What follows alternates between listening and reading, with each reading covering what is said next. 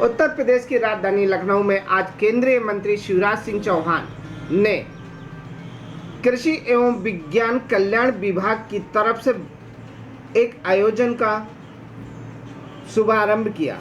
ये आयोजन कृषि परामर्श को लेकर के है, जिस पर किसानों को अच्छा से अच्छा और सुविधाजनक लाभ दिया जा सके। इसको लेकर शिवराज सिंह चौहान आज लखनऊ पर पहुंचे, जहां पर उनका योगी आदित्यनाथ ने भव्य स्वागत किया। आइए आपको ले चलते हैं कार्यक्रम की ओर।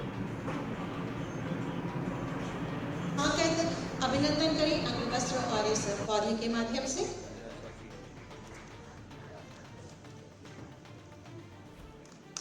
और माननीय मुख्यमंत्री जी ने स्वागत किया। माननीय कृषि एवं किसान कल्याण मंत्री भारत सरकार, आपका बहुत बहुत स्वागत है, अभिनंदन है। मैं अनुरोध करूंगी माननीय कृषि राज्य मंत्री जी से कि हमारे मध्य लद्दाख से पधारे माननीय कार्यकारी सभा से कृषि श्री स्टॉन्जिन चौस्पेल का स्वागत अभिनंदन करें।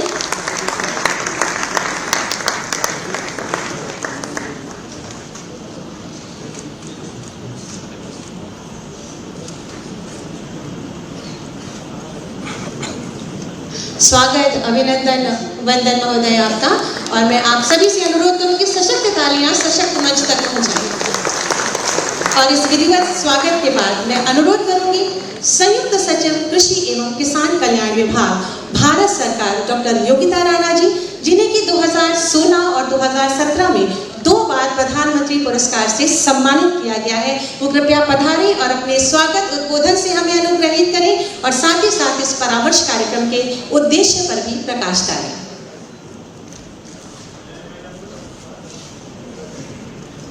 इस सभा में उपस्थित अतिथियों का मेरा प्रणाम। माननीय राज्यपाल महोदय जी, आज के इस प्राकृतिक खेती के विज्ञान पर आधारित क्षेत्रीय परामर्श में आपका हार्दिक स्वागत है। यह हमारे लिए अत्यंत गर्व और सम्मान की बात है कि आप जैसे निष्ठावान और सबल व्यक्तित्व आज हमारे बीच पधारे हैं। आपकी प्राकृतिक खेती और उससे संबंधित विषयों की विशेष जानकारी की हमें प्राकृतिक खेती को वैज्ञानिक दृष्टि से लागू करने के लिए आवश्यकता है।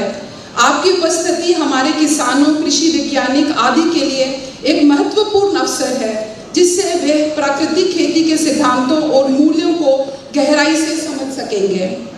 अब मैं स्वागत करती हूँ लोकप्रिय यशस्वी उत्तर प्रदेश के माननीय मुख्यमंत्री श्री योगी आदित्यनाथ जी का, जिनकी उपस्थिति हम सबके लिए प्रेरणा का एक स्रोत है और हमें इस महत्वपूर्ण मिशन में आगे बढ़ने के लिए ऊर्जा प्रदान कर रही है। मैं हमारे आदरणीय जनप्रिय नेता भारत सरकार के माननीय कृषि एवं किसान कल्याण एवं ग्रामीण विकास मंत्री श्री शिवराज सिंह चौहान जी का स्वागत करती हूँ। कृषि में आपका ज्ञान और वर्षों के सफल अनुभव से प्राकृतिक खेती मिशन को सही दिशा और नेतृत्व मिल रहा है। यह हमारा सौभाग्य है कि हम आपके आशीर्वाद से आज का कार्यक्रम कर पा रहे हैं। आपके विचार, अनुभव और मार्गदर्शन निस्संदेह ही हमें प्राकृतिक खेती के क्षेत्र में नई दिशाएं और दृष्टिकोण प्रदान करेंगी। इसके साथ में उत्तर प्रदेश के माननीय कृषि मंत्री श्री सूर्य प्रताप शाही जी और माननीय कृषि राज्य मंत्री श्री बलदेव सिंह औलख जी का भी स्वागत करती हूँ। आप दोनों के निरंतर सहयोग से आज इस परामर्श कार्य का आयोजन संभव हुआ है। मैं श्री सेंसिंग executive councillor Ladakh autonomous development council का भी स्वागत करती हूँ। मंच पर उपस्थित उत्तर प्रदेश के मुख्य सचिव श्री दिनेश चतुर्वेदी जी और आईसीआरयू महानिदेशक डॉक्टर एस.के. चौधरी जी का भी तहे दिल से स्वागत करती हूँ। मैं इस सभा में 12 राज्यों और केंद्र शासित प्रदेशों से आए हुए किसान बहन और भाई, वैज्ञानिक, सरकारी अधिकारीगण का दिल की गहराई से स्वागत करती हूँ। माननीय प्रधानमंत्री श्री नरेंद्र मोदी जी के नेतृत्व में आज प्राकृतिक कृषि को आगे ले जाने के लिए भारत सरकार दृढ़ संकल्पित है। आज हम सभा में विभिन्न प्राकृतिक खेती की सिद्धांतों और प्रथाओं के वैज्ञानिक स्तर को समझने का प्रयास करेंगे। अगर आज हम कृषि के इतिहास पर नजर डालें तो सन 1960 में 44 करोड़ की जनसंख्या के लिए औसत कृषि उत्पादन सिर्फ 85 मीट्रिक टन था, जो कि जरूरत से बहुत कम था। इस घाटे को पूरा करने के लिए भारत को लगभग 165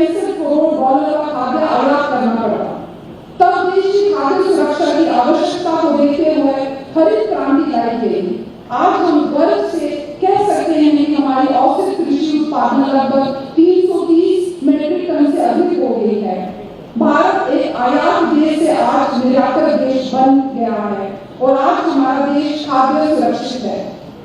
किंतु आज कृषि के क्षेत्र में चैलेंजेस अलग हैं। पिछले कुछ सालों में विश्व स्तर पर जलवायु परिवर्तन का प्रभाव हम सब ने देखा। सूखा, साइक्लोन, बाढ़, डिजास्टर जैसी घटनाएं घटती रही।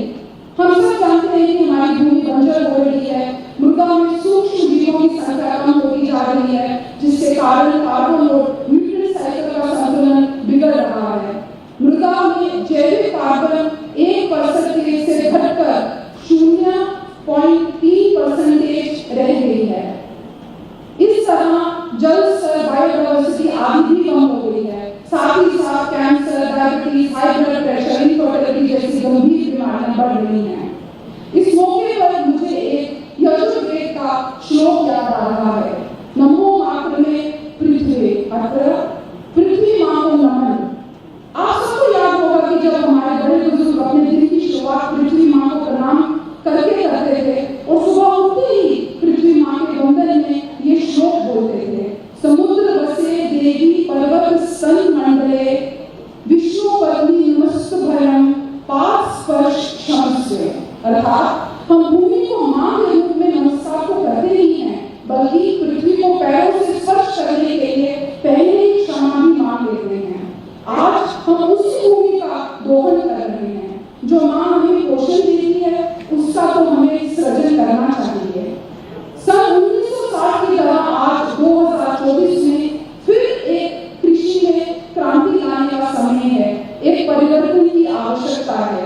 कृषि के विभिन्न चैलेंजेस का सामना करने के लिए प्राकृतिक खेती आज अनिवार्य हो गई है। प्राकृतिक खेती का ज्ञान और अनुभव आदरणीय राज्यपाल आचार्य देवव्रत जी के कुरुक्षेत्र के गुरुकुलम जैसे विभिन्न समुदायों और किसानों के पास है। इसके अलावा पिछले कुछ वर्षों में कई राज्यों में प्राकृतिक कृषि खेती करने वाले किसानों और समुदायों ने विभिन्न सफल प्रयोग और अभ्यास किए हैं। आज की मांग सुरक्षित और पौष्टिक भोजन, धरती माता की हिफाजत और आने वाली पीढ़ियों के लिए सतत कृषि का सृजन के लिए प्राकृतिक खेती के अभ्यास और सिद्धांतों को वैज्ञानिक दृष्टिकोण से समझने के लिए एक आवश्यकता है।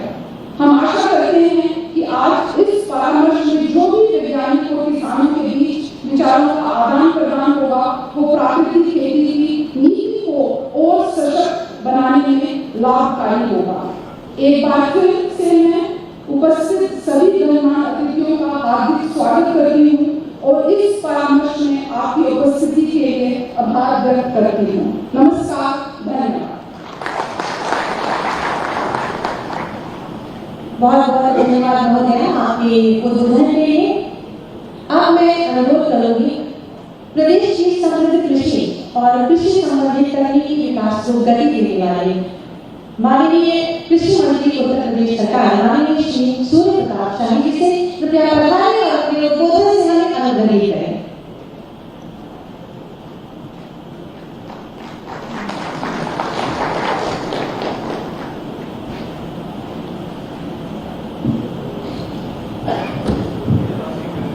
उत्तर प्रदेश की राजधानी लखनऊ में भारत सरकार की पहल पर प्राकृतिक कृषि विज्ञान पर क्षेत्रीय परामर्श कार्यक्रम 2024 की इस एक दिवसीय संवाद कार्यक्रम की अध्यक्षता कर रहे उत्तर प्रदेश के गुजरात के माननीय महामहिम राज्यपाल आचार्य देवव्रत जी, भारत सरकार के किसान कल्याण ग्राम विकास मंत्री आदरणीय श्री शिवराज चौहान जी, उत्तर प्रदेश के लोकप्रिय मुख्यमंत्री आदरणीय योगी आदित्यनाथ जी, उत्तर प्रदेश के कृषि राज्य मंत्री श्री बलदेव सिंह औलख जी, लद्दाख के कृषि राज्य मंत्री श्री शाहजिन तानसेन जी, उत्तर प्रदेश के मुख्य सचिव श्री मनोज कुमार सिंह जी, कृषि उत्पादन आयुक्त श्री देवेश चतुर्वेदी जी, भारत सरकार के संयुक्त सचिव योगिता राणा जी, सभागार में उपस्थित विभिन्न राज्यों के आए हुए कृषि विभाग के अधिकारी, कुलपतिगण, वैज्ञानिकगण और प्राकृतिक खेती करने वाले किसान भाइयों और बहनों, मैं आज जय जवान जय किसान के साथ जय विज्ञान के उद्घोष करने वाले भारत के पूर्व प्रधानमंत्री भारत रत्न श्री अटल बिहारी वाजपेयी की कर्मभूमि लखनऊ में आज प्राकृतिक कृषि विज्ञान पर क्षेत्रीय परामर्श कार्यक्रम में आप सभी मंचासीन अतिथियों का हृदय की गहराइयों से स्वागत करता हूं, अभिनंदन करता हूं। आपके साथ आए हुए भारत सरकार के 12 राज्यों के प्राकृतिक खेती से संबंधित कृषि विभाग के अधिकारियों, कृषि वैज्ञानिकों, कृषि विश्वविद्यालय के कुलपति तथा कृषि विज्ञान केंद्रों के वैज्ञानिकों, प्राकृतिक खेती की विधा से दौड़कर खेती करने वाले किसान भाइयों, किसान उत्पादक संगठनों के प्रतिनिधियों तथा प्राकृतिक उत्पाद विपणन से जुड़े बंधुओं, मीडिया के मित्रों का भी हार्दिक स्वागत करता हूँ। प्राकृतिक खेती का वैदिक काल से भारत के आर्थिक विकास, आध्यात्मिक और सांस्कृतिक चेतना को जागृत करने में महत्वपूर्ण योगदान रहा है। औद्योगिकीकरण, शहरीकरण तथा हरित क्रांति की वजह से अपने प्राचीन काल के कृषि क्षेत्र में विकसित धरोहर क्षणिक क्षीण होती गई। रासायनिक खादों और कीटनाशकों का प्रतिकूल प्रभाव मानव जीवन, जीव जंतुओं और प्रकृति पर प्रदर्शित होने लगा है। मिट्टी की सेहत भी बिगड़ी है। मिट्टी में ऑर्गेनिक कार्बन का निरंतर ह्रास होने के कारण कृषि पारिस्थितिकी तंत्र से में असंतुलन पैदा हुआ है। कृषि क्षेत्र में सघन रासायनिक उपयोग ने कृषि की सस्टेनेबिलिटी डेवलपमेंट को भी कमजोर किया है। इन परिस्थितियों से उभरने के लिए तथा गौ पोषण में गौ आधारित प्राकृतिक खेती एक सशक्त विकल्प साबित हो सकती है। प्राकृतिक खेती कृषि उत्पादन में लागत कम करने के साथ साथ पोषण युक्त उत्पादन करके किसान को आर्थिक रूप से आत्मनिर्भर बनाने के साथ एक पर्यावरण संरक्षण और रासायनिक कीटनाशकों से मुक्त उत्पाद उपलब्ध करा सकती है। उत्तर प्रदेश में आदरणीय मुख्यमंत्री योगी आदित्यनाथ जी की सरकार ने प्रदेश की अर्थव्यवस्था में 2027 तक $1 ट्रिलियन तक इकोनॉमी को पहुंचाने का लक्ष्य रखा है, जिसमें कृषि क्षेत्र की अहम भूमिका है। विकसित देशों के साथ साथ देश के बाजारों में प्राकृतिक उत्पादों की मांग तेजी से बढ़ रही है। ऐसे में उत्तर प्रदेश में प्राकृतिक खेती के विस्तार के लिए किसानों को जागरूक और प्रशिक्षण देने के लिए विशेष अभियान भारत सरकार की योजना के साथ साथ प्रदेश सरकार द्वारा बुंदेलखंड प्राकृतिक खेती योजना चलाई जा रही है, जिसमें बड़ी संख्या में किसान प्राकृतिक खेती की विधा से खेती करने की ओर उत्सुक हुए हैं। भारत सरकार द्वारा चलाई जा रही परंपरागत कृषि विकास योजना, नमामि योजना तथा उत्तर प्रदेश बुंदेलखंड प्राकृतिक खेती योजना द्वारा 1,94,280 हेक्टेयर में 9,000 से अधिक क्लस्टर बनाकर 2,77,100 किसान भाइयों को प्राकृतिक खेती अपनाकर खेती शुरू कर रही है। इसके पूर्व क्लस्टर बनाकर इच्छुक किसानों को जागरूक कर उनका चयन, उनका प्रशिक्षण और उनका आवश्यक उपकरण शुरू कर इस प्रयोग को शुरू किया गया है। प्रशिक्षण के लिए हमारे कृषि उत्पादन आयुक्त सरकारी जो आज मुख्य सचिव हैं, अपर मुख्य सचिव सहित विभिन्न विभागों के मंत्रीगण और अधिकारीगण माननीय आचार्य जी के कुरुक्षेत्र के वाहन का भ्रमण और प्रशिक्षण कार्यक्रम में हम लोग सम्मिलित हुए थे और वहां पर अपनी आंखों से हम लोगों ने वहां प्राकृतिक खेती एक उत्पादन को भी और उसको हमारे साथ विश्वविद्यालयों के वैज्ञानिक और केवी के वैज्ञानिक के गए थे, वैज्ञानिक आधार पर पढ़ा है। वहां से प्रशिक्षण प्राप्त करने के बाद राज्य स्तर पर मास्टर ट्रेनर को प्रशिक्षित कर जिले पर भी किसानों तथा कृषि तकनीकी सहायक और जिले के अधिकारियों को प्रशिक्षित किया गया है। आपको अवगत कराने की मुझे प्रसन्नता हो रही है कि माननीय प्रधानमंत्री जी के मार्गदर्शन में, आपकी प्रेरणा और माननीय मुख्यमंत्री योगी आदित्यनाथ के कुशल निर्देशन में उत्तर प्रदेश के बुंदेलखंड के सभी 7 जिलों की 47 विकास खंड में प्राकृतिक खेती की पंचवर्षीय योजना तैयार कर चरणबद्ध ढंग से 2022 से प्रारंभ कर 2027 तक 5 वर्षों में 472 क्लस्टर, प्रत्येक क्लस्टर 5 हेक्टेयर 50 हेक्टेयर का यानी 23,500 हेक्टेयर में हम लोगों ने प्राकृतिक खेती से कृषि करने की योजना बनाई है, जिसमें प्राकृतिक खेती से पद्धति करने वाले इच्छुक किसानों का जो स्वयं गोवंश पालते हैं या निकटवर्ती स्थापित निराश्रित गोवंश गौशाला से गौवंश प्राप्त करके खेती करने को इच्छुक हैं, उनका भी इस योजना के भीतर चयन किया गया है, जिस पर उत्तर प्रदेश सरकार 68 करोड़ 83 लाख रुपए व्यय कर रही है। इसके अतिरिक्त माननीय मुख्यमंत्री जी ने मुख्यमंत्री सहभागिता योजना के माध्यम से जो पशुपालक निराश्रित गोवंश स्थल से यदि पशु लेकर के जाते हैं, जिसका मैंने पहले चर्चा की है, तो उन्हें पहले 30 रुपए दिया करते थे और 50 रुपया प्रति के हिसाब से 1500 रुपया महीना में उनको हम कोशिश कर रहे हैं। क्लस्टर के हैं होल्डिंग, क्षमता विकास, अभिलेखीकरण, डाटा प्रबंधन हेतु जिलाधिकारी की अध्यक्षता में डीडी कृषि, जिला उद्यान अधिकारी, कृषि विज्ञान केंद्र के वैज्ञानिक आदि को कोऑर्डिनेशन कमेटी बनाकर इसकी मासिक समीक्षा और अनुसरण की व्यवस्था की गई है। क्लस्टर के अलावा कृषकों को प्रशिक्षित कर प्राकृतिक खेती से जोड़ने के साथ साथ राष्ट्रीय और अंतर्राष्ट्रीय बाजार में उत्पाद के विक्रय के पूर्व परीक्षण और प्रमाणीकरण की दृष्टि से हम आत्मा योजना के गाइडलाइंस के आधार पर 5 दिवसीय प्रशिक्षण और भ्रमण की व्यवस्था करने पर भी विचार कर रहे हैं। हम लोगों ने इसे राज्य स्तरीय 2 कार्यशाला में आयोजित कर चुके हैं।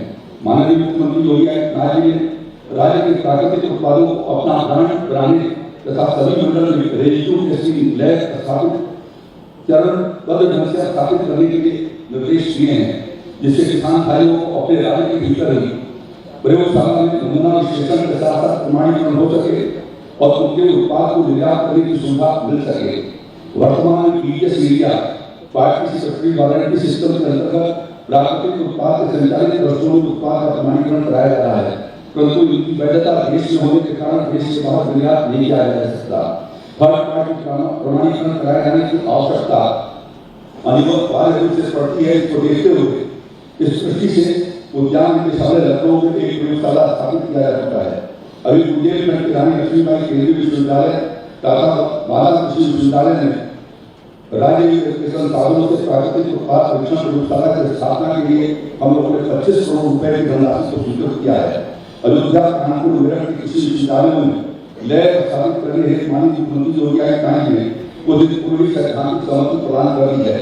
इस प्रकार माननीय प्रधानमंत्री नरेंद्र मोदी के आह्वान पर आपकी प्रेरणा और माननीय मुख्यमंत्री योगी आदित्यनाथ के मार्गदर्शन में भारत सरकार के साथ साथ उत्तर प्रदेश सरकार प्राकृतिक खेती के विस्तार के लिए दृढ़ता के साथ ठोस प्रयास कर रही है। मुझे पूर्ण विश्वास है कि प्राकृतिक खेती के विज्ञान पर खेती परामर्श कार्यक्रम के अंतर्गत आप सबसे प्राप्त मार्गदर्शन, कृषि वैज्ञानिकों के द्वारा दिए गए सुझाव तथा इस सुझाव पर खेती करने वाले किसानों के निजी के अनुभव और उनके सुझाव प्रदेश की प्राकृतिक विधि से खेती के कार्य करने वाले तथा भविष्य में करने को उत्सुक किसानों के लिए बहुत ही उपयोगी और प्रेरक साबित होगा। मैं भारत सरकार के माननीय कृषि मंत्री श्री शिवराज सिंह चौहान को उनको इसलिए धन्यवाद देना चाहता हूँ। उनकी पहल पर प्राकृतिक कृषि विज्ञान पर क्षेत्रीय परामर्श कार्यक्रम कार्यालय उत्तर प्रदेश की राजधानी लखनऊ में हुआ है। आदरणीय आचार्य जी भी अध्यक्षता के लिए अपनी सहमति देकर मार्गदर्शन के लिए यहाँ पर पधारे हैं और कल ही हमारे आचार्य कृषि देव विश्वविद्यालय के भीतर मार्गदर्शन करने के लिए उन्होंने सहमति दी है। तो मैं इसके लिए मैं उनका व्यक्तिगत रूप से आभारी हूँ। माननीय मुख्यमंत्री जी ने इस महत्वपूर्ण कार्यक्रम के लिए अपना समय निकाल कर मार्गदर्शन देने यहाँ पधारे हैं।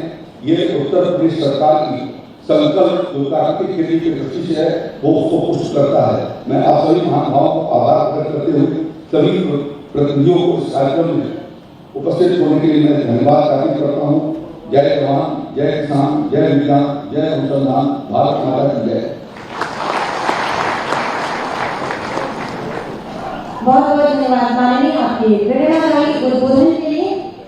हम सब सौभाग्यशाली हैं कि आज हमारे मध्य माननीय कृषि एवं किसान कल्याण मंत्री भारत सरकार माननीय श्री शिवराज सिंह चौहान जी मौजूद हैं, जो सदैव प्राकृतिक खेती के उन्नयन को प्रोत्साहित करते हैं।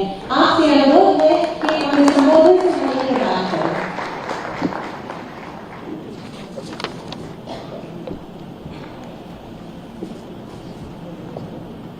उनके नाम के सामने आचार्य ऐसे नहीं लगा है। पुरानी ऋषि और आचार्य परंपरा के वाहक गुजरात के माननीय राज्यपाल, जिनके जीवन का एक उद्देश्य है इस धरती को आने वाली पीढ़ियों के रहने के लायक बने देना। और आज हमारा मार्गदर्शन करने पधारे मुख्य अतिथि के रूप में आदरणीय आचार्य देवव्रत जी, उत्तर प्रदेश के यशस्वी मुख्यमंत्री। हमारे यहाँ सन्यासी के जीवन का आदर्श बताया है, आत्मनो मोक्षार्थ जगत हिताय च। जो आत्मा के मोक्ष और जगत के हित के लिए काम करे वो सन्यासी और योगी आदित्यनाथ जी सच में लोगों के कल्याण के लिए काम कर रहे हैं। ऐसे योगी आदित्यनाथ जी उत्तर प्रदेश के कर्मठ कृषि मंत्री आदरणीय सूर्य प्रताप शाही जी, कृषि राज्य मंत्री डॉक्टर बलदेव सिंह औलख जी, लद्दाख से पधारे कार्यकारी सभासद स्टानजिन चासफेल जी, मुख्य सचिव मनोज जी, देवेश जी, SK चौधरी जी, योगिता जी, यहाँ उपस्थित चुने हुए प्राकृतिक कृषि के काम में लगे हुए सभी हमारे किसान साथीगण, वैज्ञानिक, अधिकारीगण, मित्रों, भारत अत्यंत प्राचीन और महान राष्ट्र है और इस देश का जो मूल है, एक मूल विचार जिसको पंडित दीनदयाल उपाध्याय जी ने भी कहा था, एक ही चेतना समस्त जड़ एवं चेतन में अनुस्यूत है। एक ही चेतना, सिया राममय सब जग जानी चेतना एक है, वो मनुष्य मात्र में है। और इसलिए तो हम कहते हैं आत्मवत सर्वभूतेषु, सबको अपने जैसा मानो, आत्मवत मानो। लेकिन केवल मनुष्य मात्र में नहीं है, प्राणियों में भी वही चेतना है, जीव जंतुओं में भी वही चेतना है, पशु पक्षियों में भी वही चेतना है, और वो चेतना पेड़ पौधों में भी है, नदियों में भी है, पर्वतों में भी है, समुद्र ग्रह नक्षत्र तारों में भी है, एक ही चेतना। और इसलिए भारत ने सबको अपना माना, हर एक आत्मा परमात्मा का अंश है, हम सब एक हैं। इसलिए हमारे ऋषियों ने कहा अयम निजः परो वेत्ति गणना लघु चेतसाम उदार चरिता नाम तू वसुदैव कुटुंबकम। ये मेरा है, ये तेरा है, ये सोच छोटे दिल वालों का होता है। जो विशाल हृदय के होते हैं वो तो कहते हैं सारी दुनिया ही एक परिवार है। मित्रों, मैं गर्व से भर जाता हूँ भारत का ये विचार देख के, केवल मेरा कल्याण नहीं हो, प्राणियों में सद्भावना हो। अब इस सोच की गहराई देखिए, मनुष्य मात्र में नहीं, प्राणियों में सद्भावना हो और विश्व का कल्याण हो। ये भारत का सोच है, भारत के ऋषियों का सोच है। और इसलिए हमारे ऋषियों ने उद्घोष किया सर्वे भवन्तु सुखिनः सर्वे सन्तु निरामया सर्वे भद्राणि पश्यन्तु मां कश्चित् दुःख भाग भवेत्। सब सुखी हो, सब निरोग हो, सबका मंगल हो, सबका कल्याण।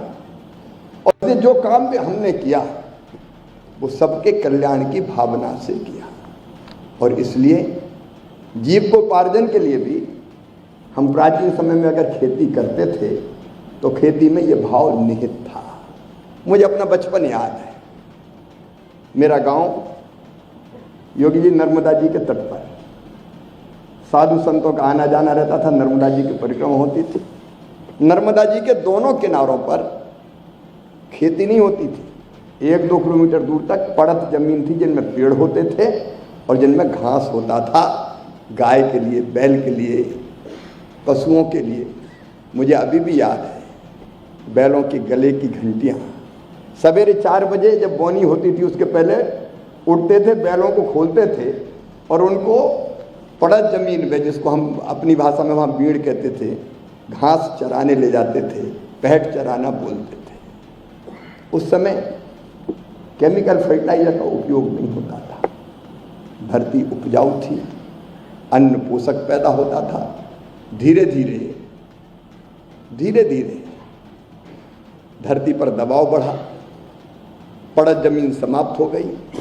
आज मैं देखता हूँ आचार्य जी नर्मदा जी के किनारे तो नीचे जहाँ तक पानी रहता है वहाँ तक खेती करते हैं लोग, किनारे प्लान कर दिए।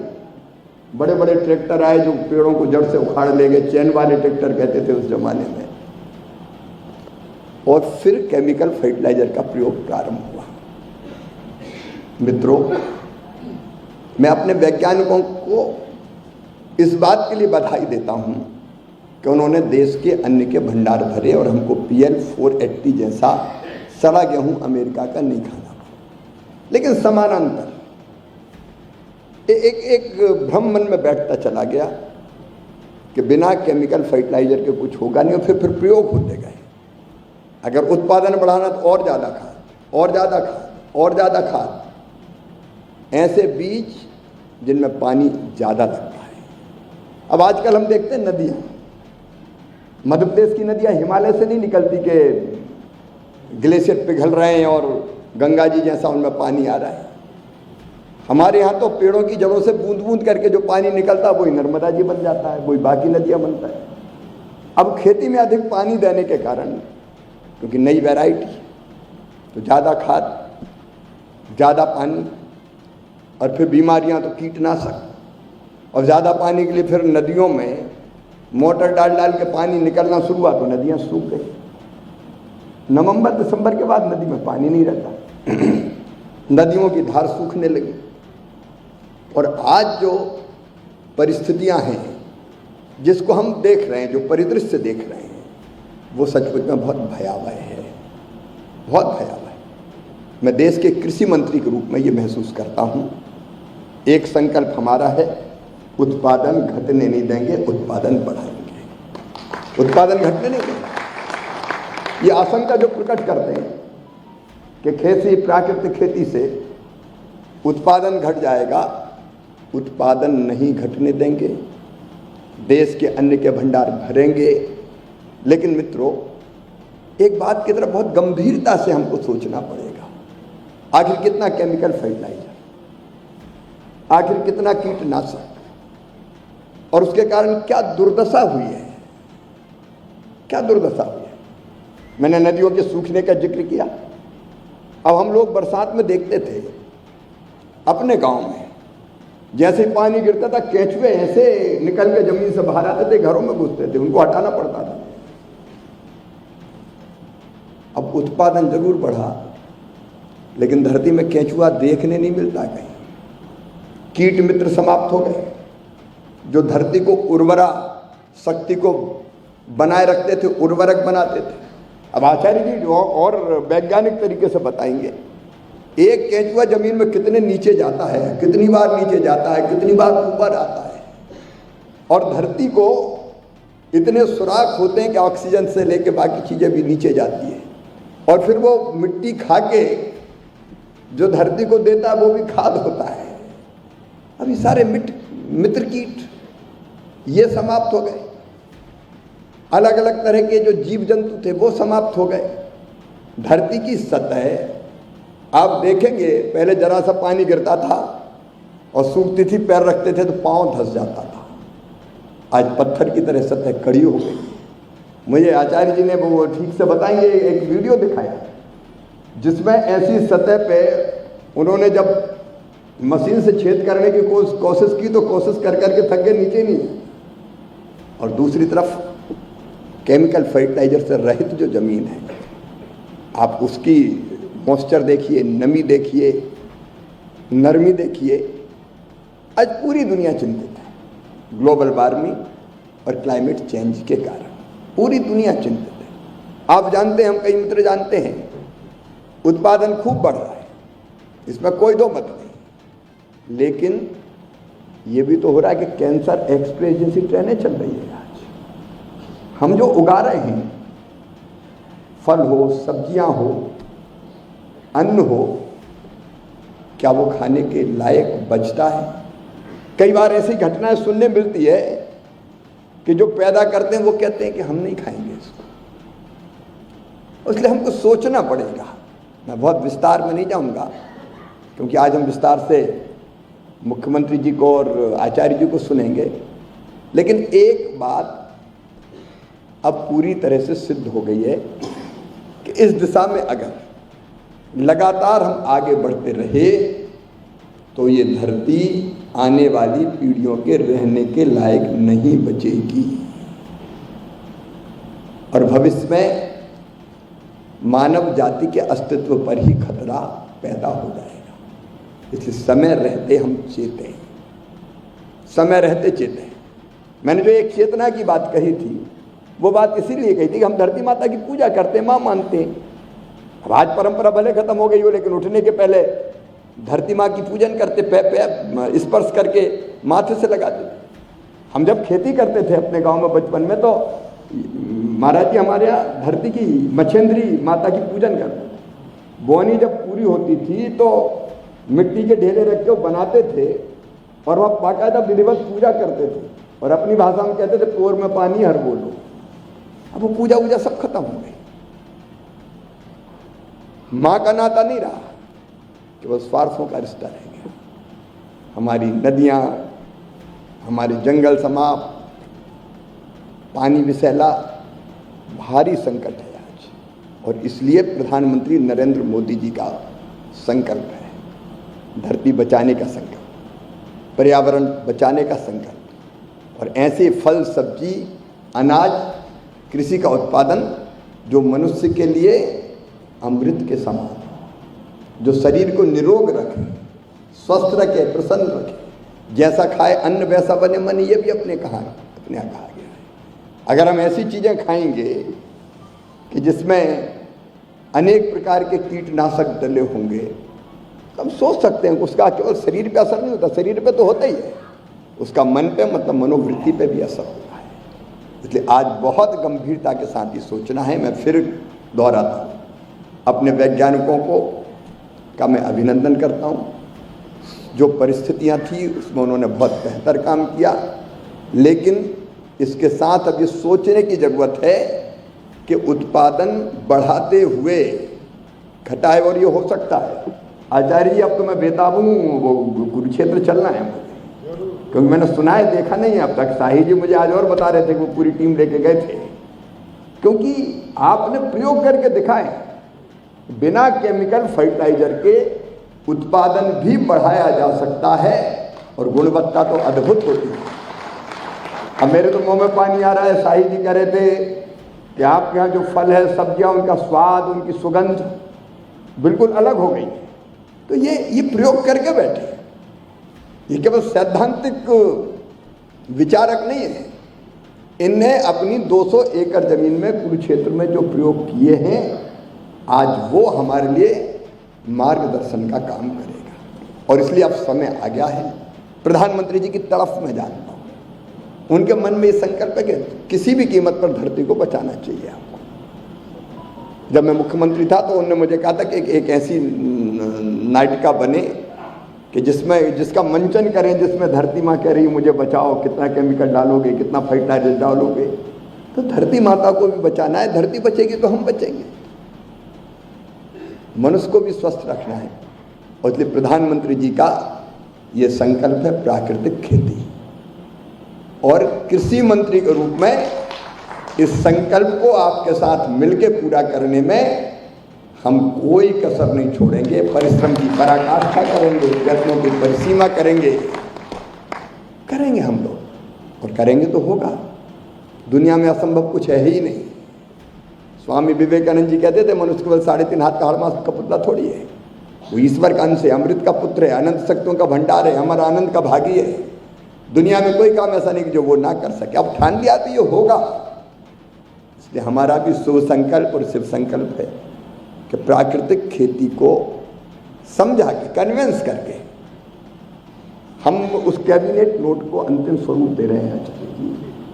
आपके सबके परामर्श से ही उसको फाइनल करेंगे कि एक व्यापक जागरूकता का अभियान, किसानों के बीच जो सच्चाई है, जो तथ्य है, वो सारे देश के किसानों के सामने रखने के हम कम से कम 1 करोड़ किसानों तक जाएं, जिनको प्राकृतिक खेती की विशेषता है और आज की समस्या उससे अवगत कराएंगे। हम कोशिश करेंगे उनमें से कन्विंस होकर कम से कम 18 लाख किसान ऐसे निकले जो प्राकृतिक खेती करने का संकल्प लें। और प्राकृतिक खेती मतलब पूरे खेत में नहीं, प्रधानमंत्री जी भी है नहीं, आपके पास 5 एकड़ जमीन है तो 1 एकड़ में करें, आपके पास 2 एकड़ है तो आप आधे एकड़ में करें, कहीं से तो शुरू करें। बाकी में आप करते रहें जो खेती आज कर रहे हैं, लेकिन अपने जमीन के एक हिस्से पर हम प्राकृतिक खेती के प्रयोग शुरू करें। और एक और प्रयोगशाला बनेगी हमारे कृषि विश्वविद्यालय, योगी जी बता रहे थे, एक कृषि विश्वविद्यालय को प्राकृतिक कृषि के लिए विश्वविद्यालय के रूप में ही बनाएंगे। मैं उनका अभिनंदन करता। हमारे कृषि विश्वविद्यालय, हमारे कृषि महाविद्यालय, एग्रीकल्चर कॉलेज और हमारे कृषि विज्ञान केंद्र, इनको हम प्रयोगशाला बनाने की दिशा में काम करेंगे ताकि ये प्रकाश स्तंभ का काम करे बाकी लोगों के लिए, और उसके साथ साथ वो प्राकृतिक खेती करने वालों के किसान के जो खेत है वो भी प्रयोगशाला होंगे, भाभी दूसरों को सिखाएंगे। जो प्राकृतिक खेती अपनाएंगे उनको विधिवत प्रशिक्षण देने का काम करेंगे। और प्रशिक्षण के साथ साथ एक बात और आती है कि जीवामृत, घनामृत, बाकी चीज़ें हर एक किसान बनाए, उसमें उनको दिक्कत होती है। ये बना बनाया मिलने लगे कुछ केंद्रों पर, जो किसान चाहे वो बनाए, लेकिन साइंटिस्ट हैं ऐसे हमारे जो ये प्रयोग कर सकते हैं कि भाई अगर मेरी आधा एकड़ जमीन है तो मैं कहाँ अकेला, तो ये प्रयोग भी किए जा सकते हैं कि इसके सेंटर ही बन जाए, जहाँ बन रहा है जीवामृत, घनामृत लाए और अपना डाला और अपनी खेती करना शुरू कर दी। इस तरह के कई प्रयोग होंगे, तो इस तरह के केंद्र भी बन जाए कुछ। और उसके बाद जो किसान प्राकृतिक खेती करना शुरू करेगा, ये बात सच है कि पहले साल, दूसरे साल, क्योंकि जब तक ज़मीन वैसी है तो उत्पादन थोड़ा कम हो सकता है, लेकिन तीसरे साल तक आके वो पूरा रिकवर हो जाता है। तो 3 साल तक किसान को कम से कम हम कंपनसेट करने के लिए कुछ पैसा सीधे उसके खाते में डालेंगे। हम केमिकल फर्टिलाइजर पे भी तो सब्सिडी दे रहे हैं, तो प्रोत्साहित करने के लिए ये जरूरी है।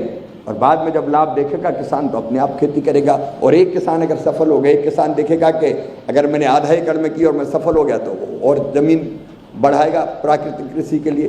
दूसरा किसान जब देखेगा कि इसने की और अच्छी फसल हो रही, तो वो अपने आप देख के सीखेगा। तो धीरे धीरे हम वातावरण बना लेंगे देश में ऋषि खेती का, प्राकृतिक खेती का, और जो हम करना चाहते हैं रसायन मुक्त खेती, जिससे मनुष्य का शरीर भी स्वस्थ हो, फसलों में पानी कम लगे, कीटनाशक और बाकी चीज़ का खर्चा कम हो जाए, उत्पादन की लागत घटे, और उसके कारण मनुष्य को जो खाने के लिए, शरीर को स्वस्थ रखने के लिए जो पोषक आहार मिले वो अमृत के तुल्य हो। और इसी से आनंद, प्रसन्नता और सुख की लहर आएगी। हाँ, जो प्राकृतिक खेती का उत्पाद होगा उसके सर्टिफिकेशन की भी व्यवस्था सोचनी पड़ेगी, क्योंकि वो अगर हम नहीं करेंगे तो लोग मानेंगे कैसे कि ये प्राकृतिक खेती का उत्पाद है। और ये बात पक्की है, आप सब जानते हैं कि जागरूकता इतनी हो गई है कि लोगों को पता चला कि ये प्राकृतिक खेती का उत्पाद है, केमिकल फर्टिलाइजर इसमें नहीं है, तो लोग वो 1.5 गुने दामों में खरीद लेंगे। आप देख लीजिएगा, क्योंकि आजकल स्वास्थ्य के प्रति जागरूकता लगातार बढ़ती जा रही, इसलिए जितनी आवश्यक व्यवस्था है सब करने का प्रयत्न करेंगे। मैं हर विषय का विशेषज्ञ नहीं हूँ आचार्य जी, तो इसलिए आप लोग जो तय करके बताएंगे उसको हम फॉलो करेंगे। कई बार मंत्री बन के ये गुमान हो जाता है कि अपन ही सब कुछ हैं, हम ही सब जानते हैं, लेकिन मैं मानता हूँ कि हर व्यक्ति हर विषय का विशेषज्ञ नहीं होता। तो जो विशेषज्ञ बैठे हैं उनका मार्गदर्शन लेंगे, उनकी सलाह लेंगे और मिल के काम करेंगे। और एक दिन वो लेके आएंगे जब दुनिया देखेगी कि भारत का अनाज हो, फल हो, सब्जियां हो, वो केमिकल रसायन से मुक्त है, पोषक तत्व में भरपूर है, अमृत तुल्य है। और वो दिन भी दूर नहीं है जब भारत के फल, सब्जियां, अनाज दुनिया के देशों में धूम मचाएगा और हमारा किसान और समृद्ध होगा, देश और आगे बढ़ेगा। इन्हीं शब्दों के साथ ये संकल्प है, मिलकर हम सब पूरा करेंगे। मैं अपनी वाणी को विराम देता हूँ। बहुत बहुत धन्यवाद। भारत माता। बहुत बहुत आभार माननीय आपके प्रेरणादायी उद्बोधन के लिए। हम सबके मार्गदर्शक उत्तर प्रदेश के माननीय मुख्यमंत्री जी आदरणीय श्रीमती योगी आदित्यनाथ जी, जिनकी पहचान है उनकी पारदर्शी और अनुदान कार्यशैली तथा सकारात्मक दृष्टिकोण, जिसका सुपरिणाम है आत्मनिर्भर उत्तर प्रदेश। प्रकृति से जुड़ाव, गोवंश से अनुराग और वृक्षों और कृषकों के उन्नयन के शुभ संकल्पों के साथ उत्तर प्रदेश को विकास की नई ऊंचाई तक ले जाने वाले माननीय मुख्यमंत्री जी से बहुत ही आदर के साथ विनम्र अनुरोध है कि अपने शुभाशी वचनों से हम सबका मार्गदर्शन करें।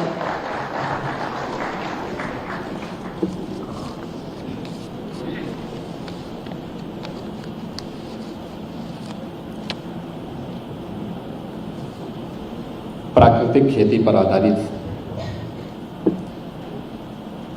आज के इस क्षेत्रीय परामर्श कार्यक्रम में मुख्य अतिथि के रूप में उपस्थित गुजरात के माननीय राज्यपाल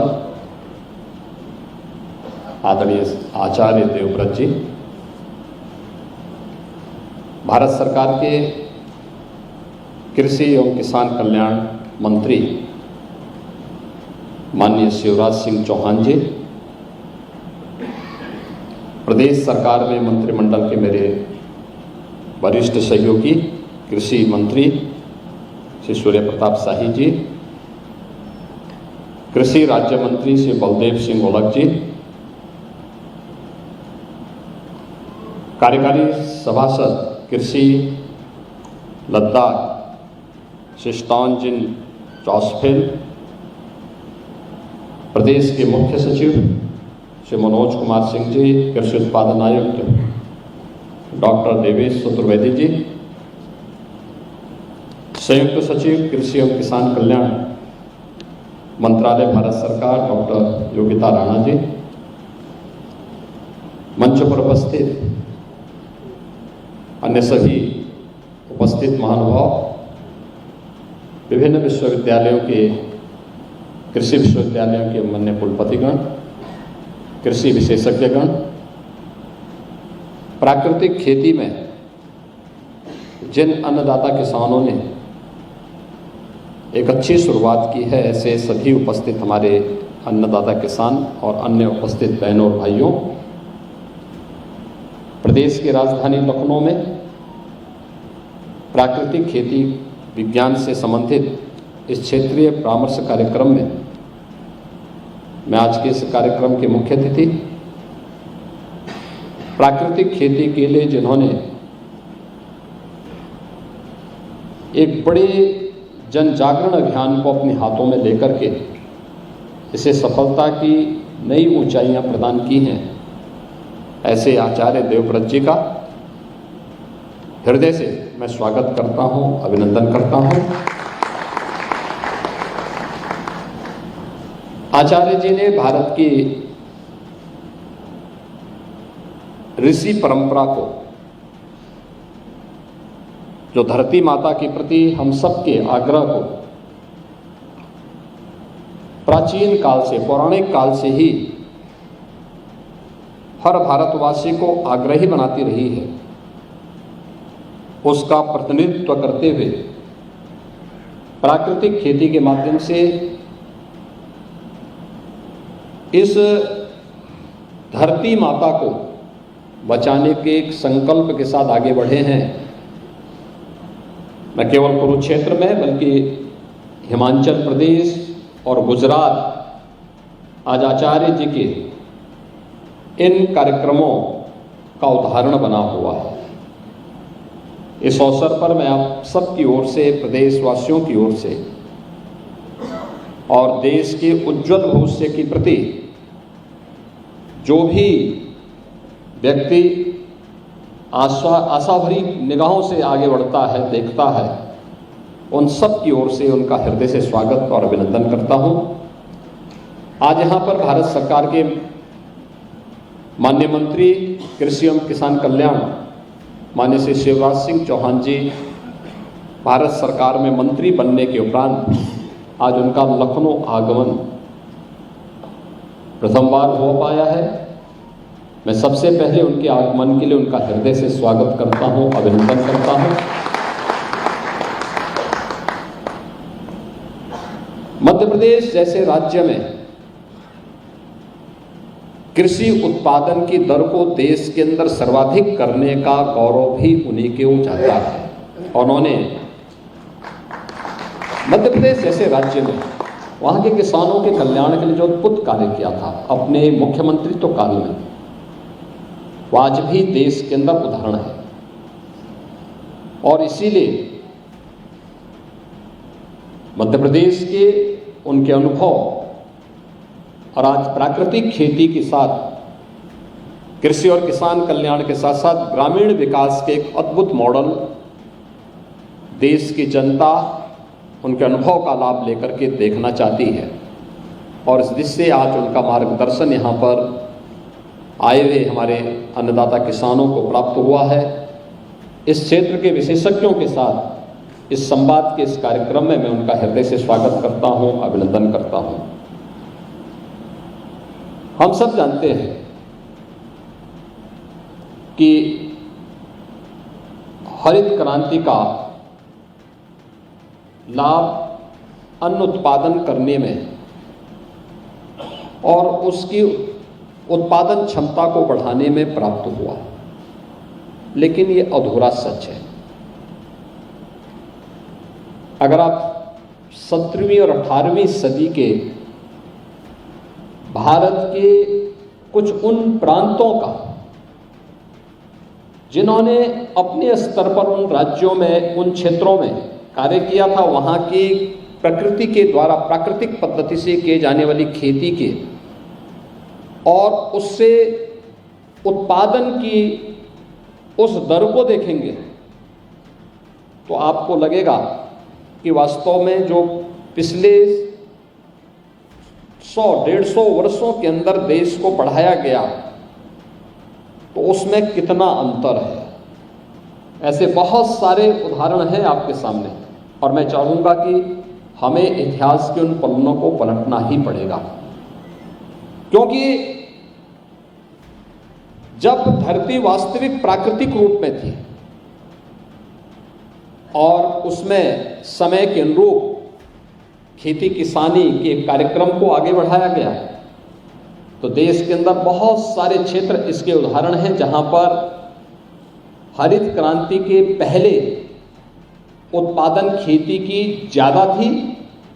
इसके बाद कुछ समय के बाद ठहराव आने के बाद जब उन क्षेत्रों में हरित क्रांति के बाद आधुनिक फर्टिलाइजर, केमिकल और पेस्टिसाइड का उपयोग होना प्रारंभ हुआ, कुछ समय के लिए हमें उत्पादन बढ़ता हुआ दिखाई तो दिया, लेकिन आज उसके दुष्प्रभावों से हम इस जीव सृष्टि को बचा पाने में बहुत कठिनाई महसूस कर रहे हैं। वो सीधे जहर के रूप में नहीं आ रहा है, लेकिन एक स्लो पॉइजन के रूप में वह हर व्यक्ति की धमनियों में घुसता जा रहा है। और ये केवल मनुष्य के लिए नहीं, अभी 2 वर्ष पहले की घटना है। उत्तर प्रदेश के अंदर हम लोग निराश्रित गो आश्रय स्थल संचालित करते हैं। लगभग हमारे पास 12 लाख से अधिक गोवंश निराश्रित गो आश्रय स्थलों में है, जिनमें से 11 लाख का व्यवस्था प्रदेश सरकार संचालित करती है। 1 लाख गोवंश किसानों को हम लोगों ने मुख्यमंत्री सहभागिता योजना के अंदर दे रखा है, जिसमें एक किसान को केवल हम 4 गोवंश तक ही अनुमन्य करते हैं। हर महीने उसका वेरिफिकेशन होता है, गाय सुरक्षित है, हृष्ट-पुष्ट है कि नहीं है। अगर है और सुरक्षित है तो हम उसे प्रति गाय हर महीने 1500 रुपये उस किसान के परिवार को उपलब्ध करवाते हैं। 4 गाय पर 6000 रुपये महीने हर महीने उसको उपलब्ध होते हैं। और तीसरी योजना है कुपोषित धात्री या बच्चे के लिए। उस परिवार को इस निराश्रित गो आश्रय स्थल से ब्याही हुई गाय हम उपलब्ध करवाते हैं, और ब्याही हुई गाय उपलब्ध करवाने के बाद उस गाय से हम लोग वहाँ पर उस गाय को देने के साथ साथ उस परिवार को एक प्रति माह 1500 रुपया भी हम उस परिवार को उपलब्ध करवाते हैं। इस व्यवस्था को ले जाने के बाद जब हम लोग देखते हैं तो काफ़ी अच्छे पैमाने पर जिन लोगों ने इस पर काम करना प्रारंभ किया उसके अच्छे उदाहरण में सामने आए। लेकिन हमारा अमरोहा में एक निराश्रित गो आश्रय स्थल था। अचानक वहां पर 12-14 गाय मर गई।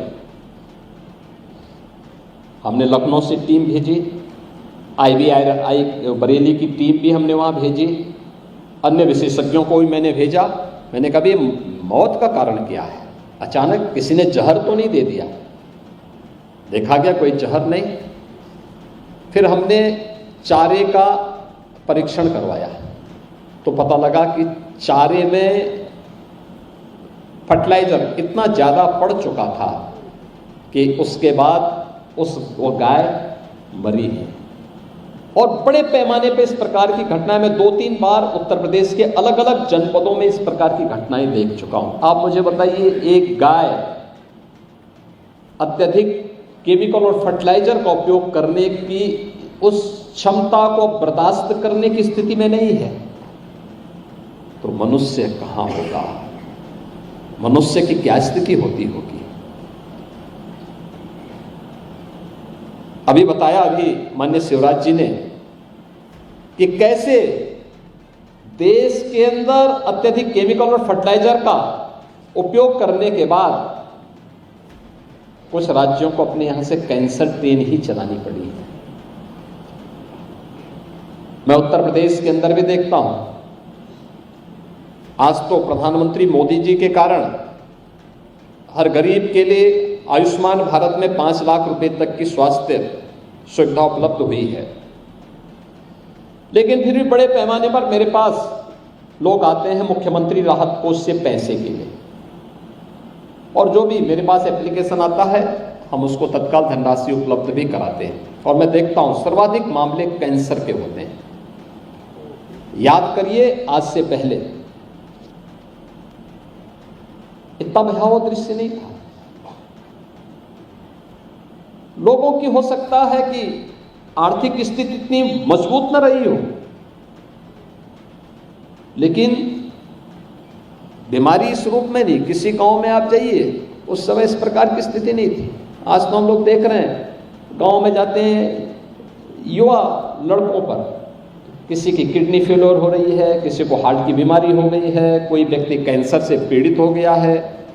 पहले हम देखते थे कि 20, 25, 30 गांव में कोई एक व्यक्ति को बीमार हो जाता था, लोग ये मानते थे कि कैसे हो गया, पूरा हाहाकार मचता था। आज एक कॉमन बन चुका है। कारण है खान पान कहीं ना कहीं प्रभावित हुआ है। इसने नई नई बीमारियों को जन्म दिया है, नए तौर तरीके आगे बढ़े हैं, और हमें इसके बचाव का जो एक नया मंत्र प्रधानमंत्री मोदी जी ने दिया है, और वह है प्राकृतिक खेती का। मैं धन्यवाद दूंगा माननीय शिवराज सिंह चौहान जी को और उनकी पूरी टीम को और भारत सरकार को कि प्रधानमंत्री मोदी जी ने आज से 3 वर्ष पहले प्राकृतिक खेती के लिए जिस एक अभियान को आगे किया था, आज उसके अच्छे परिणाम देखने को मिले हैं। और मैं इस अवसर पर गुजरात के माननीय राज्यपाल आचार्य देवव्रत जी का हृदय से मैं धन्यवाद दूंगा कि जब भी हम उन्हें आमंत्रित करते हैं, वे उत्तर प्रदेश में आकर के हमारे कृषि विशेषज्ञों के साथ, किसानों के साथ यहाँ संवाद बनाते हैं, उनका मार्गदर्शन करते हैं। और आज इसके बारे में लोगों के मन में एक भाव जागृत हुआ है। वो सच है, पहले शुरू में लोगों के मन में एक भाव था कि क्या होगा, कैसे होगा, और खास तौर पर कृषि विशेषज्ञ जो थे, इसके एक्सपर्ट जो थे, उन लोगों में कुछ ज्यादा ही वो था, अरे हो ही नहीं सकता है। लेकिन आज जब वह उसके डेमोन्स्ट्रेशन को देखते हैं, और इसमें जो बताया गया कि हमें बीज से लेके बाजार तक इसके प्राकृतिक स्वरूप को बनाए रखना होगा, और उत्तर प्रदेश जैसे राज्य में इसकी व्यापक संभावनाएं हैं। उत्तर प्रदेश में अगर हम देखेंगे तो हमारे पास खेती योग्य जो भूमि है, देश की कुल कृषि योग्य भूमि का लगभग 12% यूपी के पास है। लेकिन जितनी भूमि हमारे पास देश की है, इसमें 17% आबादी रहती है, और उत्तर प्रदेश इसी देश की कुल कृषि उत्पादन से संबंधित कृषि योग्य भूमि में हम देश के अंदर 20% खाद्यान्न का उत्पादन करते हैं। पर्याप्त जल संसाधन हमारे पास है, लेकिन अब हमें आज की आवश्यकता के अनुरूप उस क्वालिटी पे भी ध्यान देना पड़ेगा जो हैप्पीनेस इंडेक्स को सही मायने में जमीनी धरातल पर उतार सके। पहले भारत के बारे में क्या धारणा थी कि लोगों के पास साधन कम थे तो आवश्यकताएं भी कम थी। आवश्यकताएं कम थी तो व्यक्ति में खुशहाली ज्यादा थी। और हैप्पीनेस इंडेक्स को उस खुशहाली के साथ जोड़ करके जब हम देखते हैं तो व्यक्ति अपने आप में मस्त रह करके व्यवस्था के साथ जुड़ा हुआ है। हम देखते थे गांव में उस सरकार पे निर्भरता उसकी ना के बराबर थी, ना के बराबर सरकार पे निर्भरता। लेकिन राष्ट्रीय आंदोलन में जब बात आती तो बढ़ चढ़ करके भाग लेता था। देश की आजादी का प्रश्न हुआ तो उसने अपना सब कुछ छोड़ दिया। किसी ने प्रैक्टिस छोड़ दी, किसी ने खेती बाड़ी छोड़ दी, किसी ने स्कूल छोड़ दिया और कहा देश को आजाद कराना है, देश से अपेक्षा कुछ नहीं।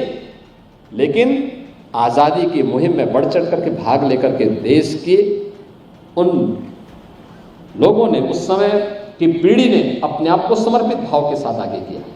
आज हम चाहते हैं सब कुछ देश हमें दे, लेकिन हम देश के लिए कुछ नहीं कर पाएंगे। यह भाव मुझे लगता है हमें छोड़ना ही पड़ेगा। और उस दृष्टि से आज का यह कार्यक्रम बहुत महत्वपूर्ण है कि आज की आवश्यकता है, उत्पादन भी बढ़ाना है, लेकिन साथ साथ वह जो व्यक्ति इसका उपयोग करे उसके लिए यह लाभदायक भी हो। इसमें हम लोगों को एक नए प्रयास को आगे बढ़ाना है। उत्तर प्रदेश सरकार ने इस दिशा में कार्य प्रारंभ किया है। हमारे पास उत्तर प्रदेश के अंदर 4 कृषि विश्वविद्यालय हैं। एक 5वां विश्वविद्यालय भी हमारा कृषि विश्वविद्यालय का बनने जा रहा है। हमारे पास 89 कृषि विज्ञान केंद्र भी हैं और 2 केंद्रीय कृषि विश्वविद्यालय उत्तर प्रदेश के अंदर संचालित हैं। इन सभी कृषि विश्वविद्यालयों के माध्यम से कृषि विज्ञान केंद्र और हर जनपद में मंडी समिति को भी हम लोगों ने कह रखा है कि प्राकृतिक खेती से जो भी प्रोडक्ट आता है, जो भी खाद्यान्न आता है, उसके सर्टिफिकेशन के कार्यक्रम को हम लोगों को आगे बढ़ाना है और बीज से इसकी शुरुआत होनी चाहिए और फिर जब वह बाजार तक पहुंचे तो उसको तत्काल सर्टिफिकेशन के साथ जोड़ करके अच्छा दाम मिले। उसके लिए हर मंडी में इसके लिए स्टोर बनाइए, वहाँ से इसका दाम मिले, इसका प्रचार प्रसार हो। और कुछ जगह हम लोगों ने प्रारंभ किया है। हम लोगों ने सभी 6 की 6 कृषि विश्वविद्यालयों से कह रखा है कि आप अपने यहाँ सर्टिफिकेशन की लैब्स इंप्रूव करिए, धनराशि स्टेट गवर्नमेंट आपको उपलब्ध कराएगा। और हम लोगों ने मंडी से उस धनराशि की व्यवस्था के लिए पहले से प्रावधान कर दिया कि वहाँ पे तो पहले से लैब्स हैं, उस लैब्स को उनको थोड़ा सा अपग्रेड कर देना है। और एक कार्यक्रम भी हम लोग प्रदेश के अंदर चला रहे हैं। अभी यहाँ पर आचार्य जी इस बात को कह रहे थे कुछ देर पहले, उन्होंने कहा कि हम लोगों ने गुजरात में एक विश्वविद्यालय को, कृषि विश्वविद्यालय को प्राकृतिक विश्वविद्यालय, प्राकृतिक खेती से संबंधित विश्वविद्यालय के रूप में विकसित किया है। इसमें एग्रीकल्चर का हो, हॉर्टिकल्चर का हो, वेजिटेबल का हो, इस सब का उत्पादन जो भी हो वह प्राकृतिक पद्धति से हो और इसके लिए प्रशिक्षण और इस पर शोध के कार्यक्रम को हम आगे बढ़ा सकें। इस दृष्टि से वो कार्यक्रम वहाँ पे उन्होंने प्रारंभ किया है। और यहाँ पे मैंने कृषि मंत्री से भी कहा है किसी एक विश्वविद्यालय को हम लोग इसके लिए चयन करें, खासतौर पर जहाँ पर तत्काल हम इस कार्यक्रम को आगे बढ़ा सकें। 9 क्लाइमेटिक जोन यूपी के अंदर है। हर क्लाइमेटिक जोन में हम लोगों ने एक सेंटर ऑफ एक्सीलेंस, कृषि विज्ञान केंद्र को सेंटर ऑफ एक्सीलेंस के रूप में विकसित करने की कार्रवाई को आगे बढ़ाया है। और हम चाहेंगे कि इसमें हम प्राकृतिक खेती को, प्राकृतिक हॉर्टिकल्चर को, प्राकृतिक वेजिटेबल को, प्राकृतिक पद्धति से इन सभी को हम उसके साथ आगे बढ़ा सकेंगे। तो मुझे लगता है कि आज उत्तर प्रदेश के अंदर कृषि विज्ञान केंद्र देखने लायक स्थिति में बन चुके हैं।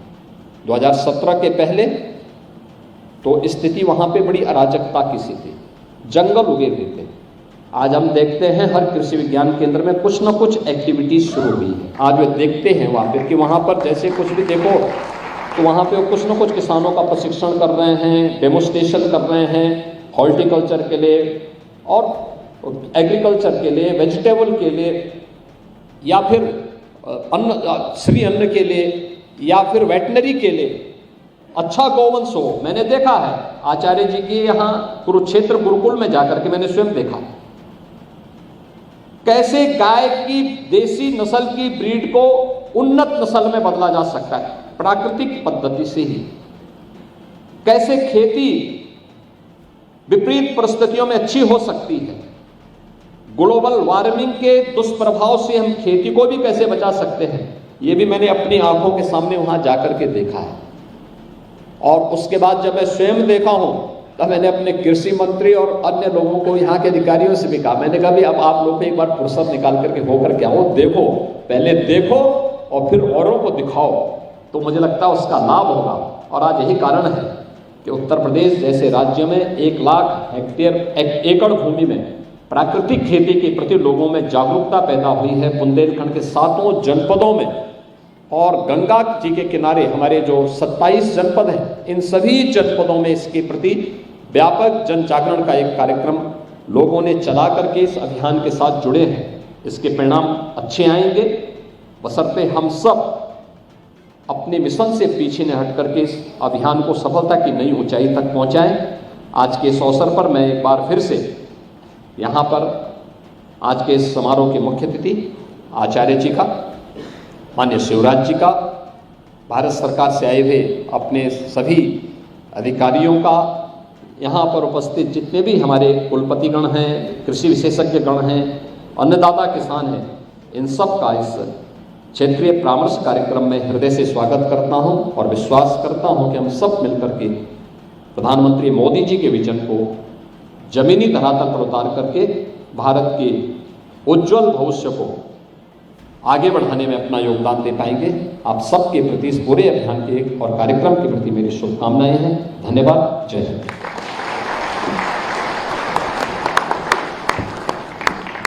बहुत बहुत आभार और धन्यवाद माननीय मुख्यमंत्री जी, आपकी प्रेरणादायी उद्बोधन हेतु।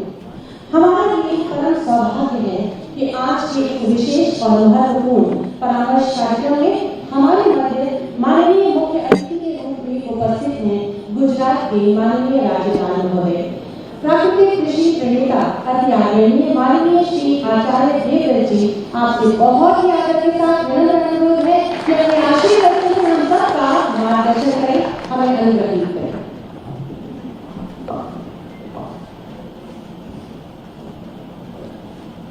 कृषि एवं किसान कल्याण विभाग, भारत सरकार तथा कृषि विभाग उत्तर प्रदेश सरकार के सौजन्य से आज प्राकृतिक खेती के विज्ञान और क्षेत्रीय परामर्श पर इस कार्यक्रम में उपस्थित शीर्षस्थ आश्रम में दीक्षित, उसी के साथ भारत के सबसे बड़े विशाल इस प्रदेश के यशस्वी मुख्यमंत्री आदरणीय श्री योगी आदित्यनाथ जी और भारत के बहुत ही सम्मानित और व्यवहारिक जीवन में सदैव जिन्होंने मध्य प्रदेश के लोगों का लंबे काल तक मार्गदर्शन किया, ऐसे आदरणीय श्री शिवराज सिंह जी चौहान, माननीय कृषि एवं किसान कल्याण मंत्री,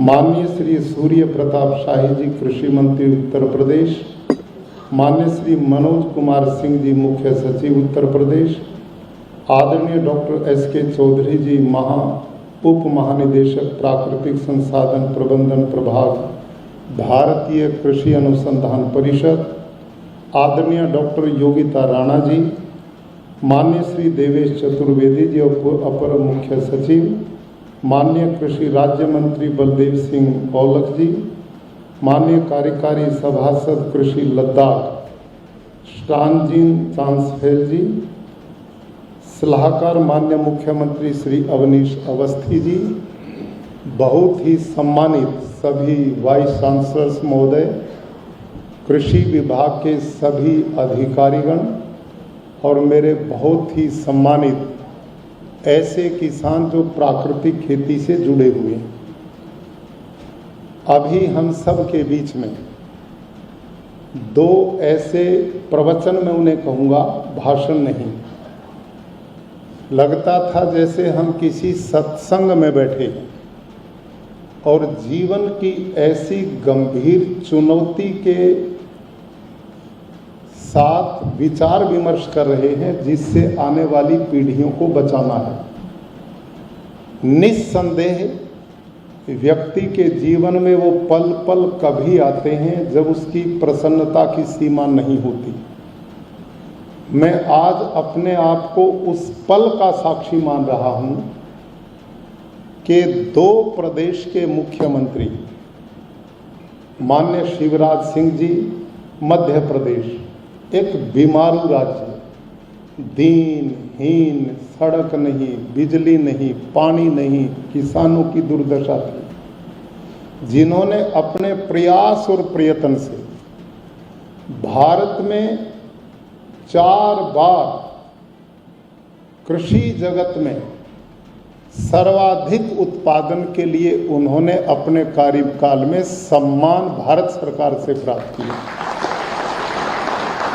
उत्तर प्रदेश का मैं पड़ोस का रहने वाला हूँ, हमारी रिश्तेदारियाँ उत्तर प्रदेश, पश्चिमी उत्तर प्रदेश में 6 बजे के बाद कर्फ्यू यहाँ लगता था।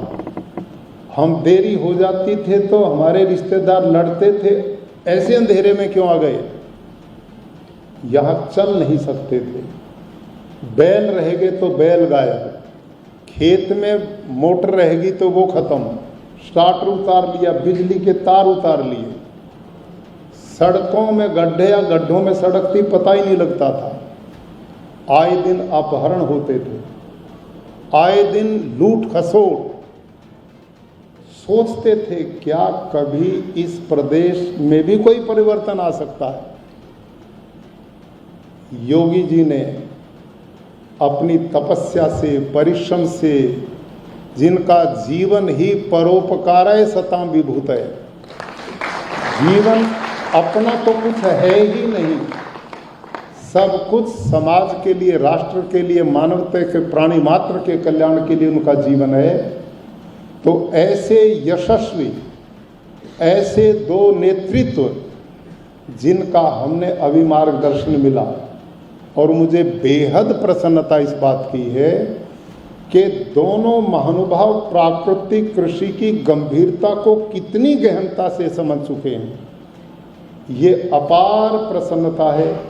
और मैं आज के इस समायोजन के लिए आप दोनों ही आदरणीयों को बहुत बहुत आपका अभिनंदन करता हूं और स्वागत करता हूं। भाइयों और बहनों, जो सबसे बड़ी चुनौती इस समय, विशेषकर साइंटिस्ट लोग यहाँ बैठे हैं, कृषि विज्ञान केंद्रों के लोग बैठे हैं और कृषि विश्वविद्यालयों के विशेष, उनसे मेरा निवेदन है, जब तक हम इस भेद को नहीं समझेंगे तो प्राकृतिक खेती मिशन नहीं बढ़ेगा। रासायनिक खेती तो हम सब जानते हैं, यूरिया है, डीएपी, इंसेक्टिसाइड, पेस्टिसाइड, इनपुट्स डालते रहो, और जो स्थिति अभी आदरणीय योगी जी ने, आदरणीय भारत के कृषि मंत्री माननीय शिवराज सिंह जी ने बहुत मेरे काफ़ी काम को हल कर दिया जो मैंने कहना था। अब मुख्य बिंदु ये है कि प्राकृतिक खेती और जैविक खेती, ऑर्गेनिक फार्मिंग, ये दोनों बिल्कुल अलग हैं। सबसे बड़ी दिक्कत क्या है, हमारे साइंटिस्ट, एग्रीकल्चर से जुड़े हुए लोग इसमें भेद ही नहीं समझ रहे। इसी का परिणाम है कि वो स्वयं भ्रमित हैं और किसानों को भ्रमित हम कर रहे हैं। जब हम प्राकृतिक खेती की बात करते हैं तो उनको बताया जाता है कि श्रीलंका का क्या बना, वही स्थिति दुनिया की हो जाएगी, ये उदाहरण देते हैं।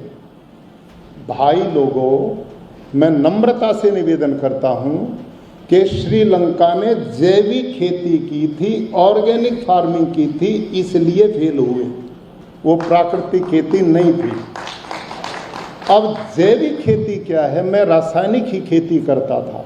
यूरिया, डीएपी, पेस्टिसाइड मेरे यहाँ ट्रक के ट्रक आते थे 200 एकड़ में गुरुकुल कुरुक्षेत्र के फार्म पे। लेकिन एक कर्मचारी दवाई छिड़कते हुए बेहोश होकर के गिरा। वो घटना ने मेरे को बदला कि इस कर्मचारी ने न दवाई खाई न पीर, बेहोश केवल छिड़कने से हो गया। और देश में सैकड़ों लोग, किसान प्रति वर्ष दवाई छिड़कते हुए ही मर जाते हैं इस देश में। आपको इसकी जानकारी है। तो उसके बाद मैंने निर्णय लिया, मेरे पास 1600 बच्चे पढ़ते हैं 19 प्रांतों के, मैं उनको यही भोजन खिलाता हूँ जिसमें यूरिया, डीएपी, जहर है। मेरे मन में विचार आया देश का भविष्य, और मैं सीधा जहर डाल करके इनको खिलाता हूँ, ये महापाप है। उस दिन से मैंने परिवर्तन करने का निर्णय लिया और मैं कृषि विज्ञान केंद्र कुरुक्षेत्र में गया। वहाँ डॉक्टर हरिओम जी, जिनको पद्मश्री प्राकृतिक खेती में भारत सरकार ने दिया, वो कृषि विज्ञान के हेड थे। मैंने कहा डॉक्टर साहब, मैं रासायनिक खेती छोड़ना चाहता हूँ, इसका विकल्प क्या है? उन्होंने कहा जैविक खेती विकल्प है। हमने उसकी ट्रेनिंग ली, अपने कर्मचारियों को दिलाई। मैंने 5 एकड़ में वो की। पहले साल कीट पतंग खा गई, कुछ नहीं मिला। दूसरे साल फिर पूरी मेहनत से की, 50% मिला, इससे आगे नहीं बढ़े। तीसरी बार की तो हम 80% के लगभग चले गए। लेकिन न तो मेरी मेहनत कम हुई, न मेरी लागत कम हुई, ना मुझे उत्पादन पूरा मिला। मैं उन्हीं डॉक्टर पे गया, हरिओम जी पे, डॉक्टर साहब 3 साल हो गए आपकी ये जैविक खेती करते हुए, ऑर्गेनिक फार्मिंग, मेरी स्थिति ये है। तो वो आप वाली पढ़ाई पढ़े हुए थे। उन्होंने कहा तभी तो हम कहते हैं कि इसमें कुछ नहीं है, और आप जैविक खेती क्यों उलझे पड़े हो इस चक्कर में, वही करो पीछे वाला। सौभाग्य से मैं उस दिशा में जाता। मैंने उनसे पूछा ये कारण क्या है, उत्पादन क्यों नहीं मिलता? तो इसको समझिए मेरे आदरणीय लोगों, बहुत गंभीरता से जानोगे तो आज का आयोजन बहुत सफल होगा। डॉक्टर हरिओम ने मेरे को 2 रिपोर्ट दी, एक एग्रीकल्चर यूनिवर्सिटी हिसार के वैज्ञानिकों की, एक एग्रीकल्चर यूनिवर्सिटी लुधियाना के वैज्ञानिकों की। उसमें उन्होंने रिसर्च के बाद जो रिपोर्ट तैयार की जैविक खेती की, वो ये थी कि भारत के खाद्यान्न भंडारों को भरने में मुख्य रूप से 2 फसलों का योगदान है, एक गेहूं और एक चावल। हाँ या ना? अब मेरी क्लास में बोलना है, चुपचाप नहीं बैठना। मैं बच्चे पढ़ाता हूँ सारी जिंदगी, बातचीत करेंगे तो समझ में आएगी। तो समझिए, 2 खाद्यान्न है, गेहूं और चावल।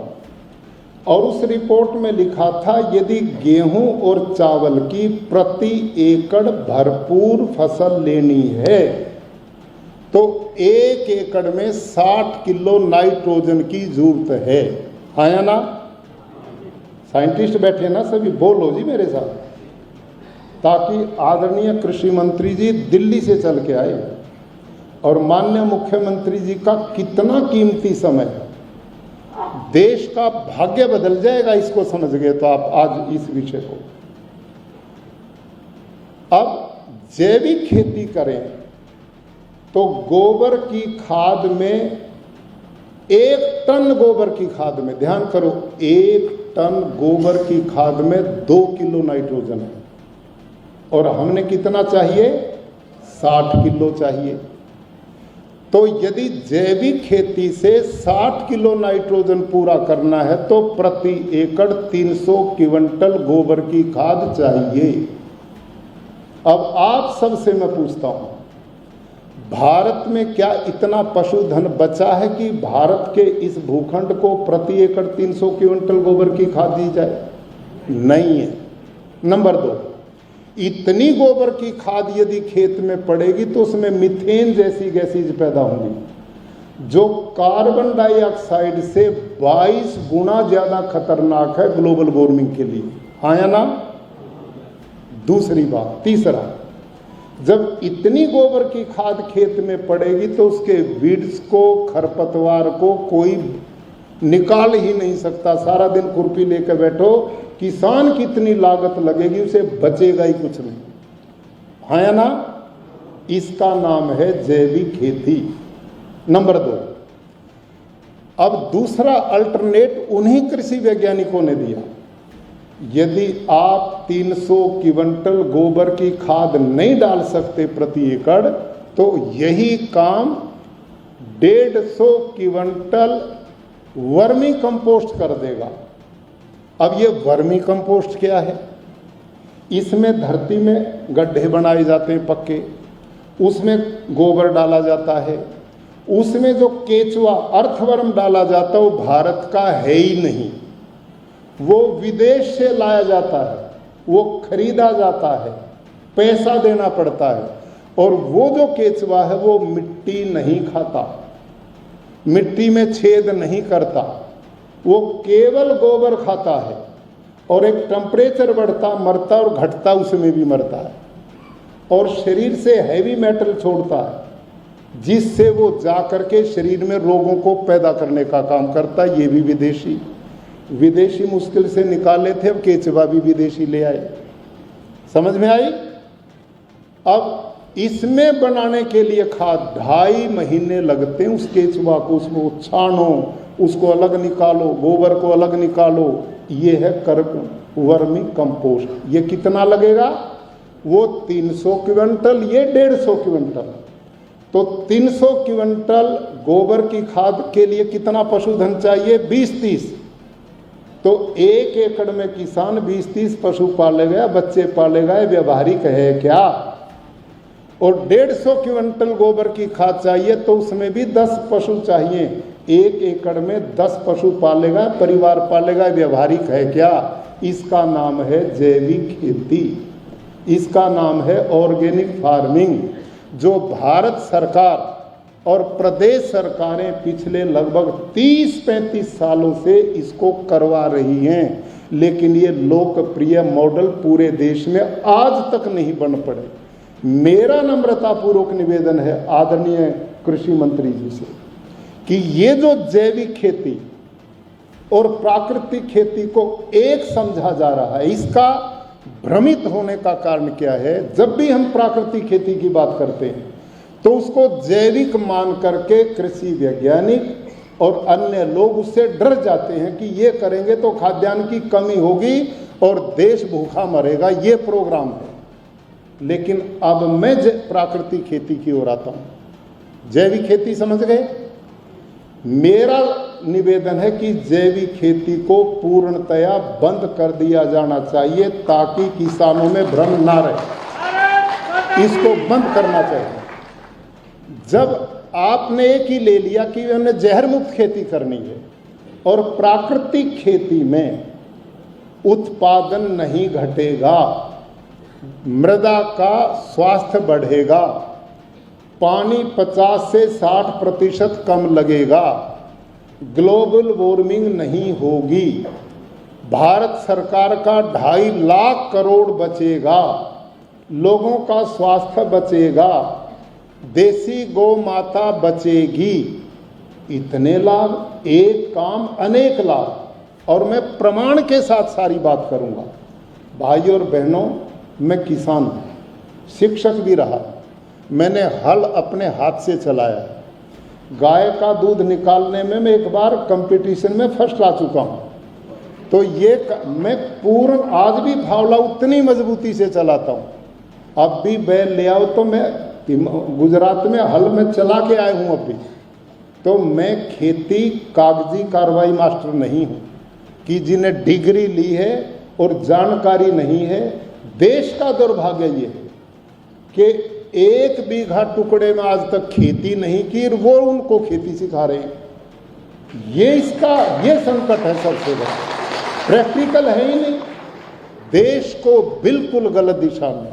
मैं कतई विरोधी नहीं हूँ। मैं डॉक्टर स्वामीनाथन और उस समय के कृषि वैज्ञानिकों का अभिनंदन करता हूँ। वो परिस्थिति ऐसी थी जिससे भूखा मरने से देश को उन्होंने बचाया, इसका कोई विरोध नहीं। लेकिन मैं जो निवेदन करना चाहता हूँ, आदरणीय कृषि मंत्री जी, आदरणीय योगी जी, डॉक्टर स्वामीनाथन की रिपोर्ट पढ़वा। जब हरित क्रांति शुरू हुई तो आपके पंतनगर एग्रीकल्चर यूनिवर्सिटी से हुई थी, जो इस समय उत्तराखंड में चला गया। उन्होंने प्रावधान किया था 1 हेक्टेयर में 13 किलो नाइट्रोजन डालना है या ना? बोलो जी। अब कमजोर विद्यार्थी क्यों आ गए? बोलो ना। 13 किलो 1 हेक्टेयर में। आज आप 1 एकड़ में कितना डलवा रहे हैं? 13 बैग, हाँ या ना? बोलो भाई। 13 बैग, 13 किलो 1 हेक्टेयर में डालने का प्रावधान किया था उन्होंने। ये क्यों हुआ? अब 13 किलो क्यों डालना पड़ा? जो 13 किलो डालते थे तो बहुत उत्पादन पैदा होता था, अब नहीं होता। इसलिए नहीं होता कि यूरिया, डीएपी, जंतुनाशक डालते डालते धरती को बंजर बना दिया। अब उसमें कुछ बचा ही नहीं देने के लिए, अब जबरदस्ती डाला जा रहा है। और अब यूएनओ की रिपोर्ट है भाई और बहनों, यूएनओ की रिपोर्ट है, यदि इसी प्रकार से आप ये खेती करते रहे तो सारी दुनिया में अगले 40-50 साल में दुनिया की धरती ऐसे हो जाएगी जैसे घर का फर्श होता है, पत्थर हो जाएगी, कुछ भी पैदा नहीं होगा। ये रिपोर्ट से आदरणीय डॉक्टर बलजीत सारंग जी बैठे, एक बार खड़े हो प्लीज।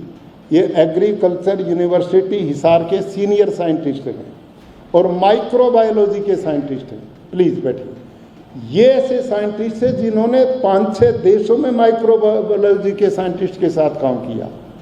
ये ऐसे 10-12 साइंटिस्ट थे जो मेरे घोर विरोधी थे, जिनमें डॉक्टर बलजीत सारंग के साथ वो हरिओम जी भी। क्यों? इन्होंने आप वाली पढ़ाई पढ़ी, लेकिन जब मेरा खेत देखा, इन्होंने मेरी मिट्टी चेक की, डॉक्टर साहब अपनी टीम के साथ आए, इन्होंने 5 तहसील के किसानों की मिट्टी ली और फिर मेरे खेत की मिट्टी ली।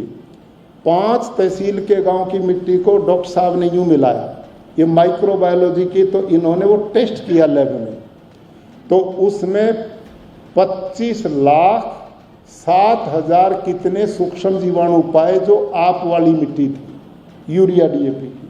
और साहब मेरी मिट्टी को जब इन्होंने जांचा, यहीं बैठे, मेरी मिट्टी के 1 ग्राम मिट्टी में 161 करोड़ सूक्ष्म जीवाणु मिले।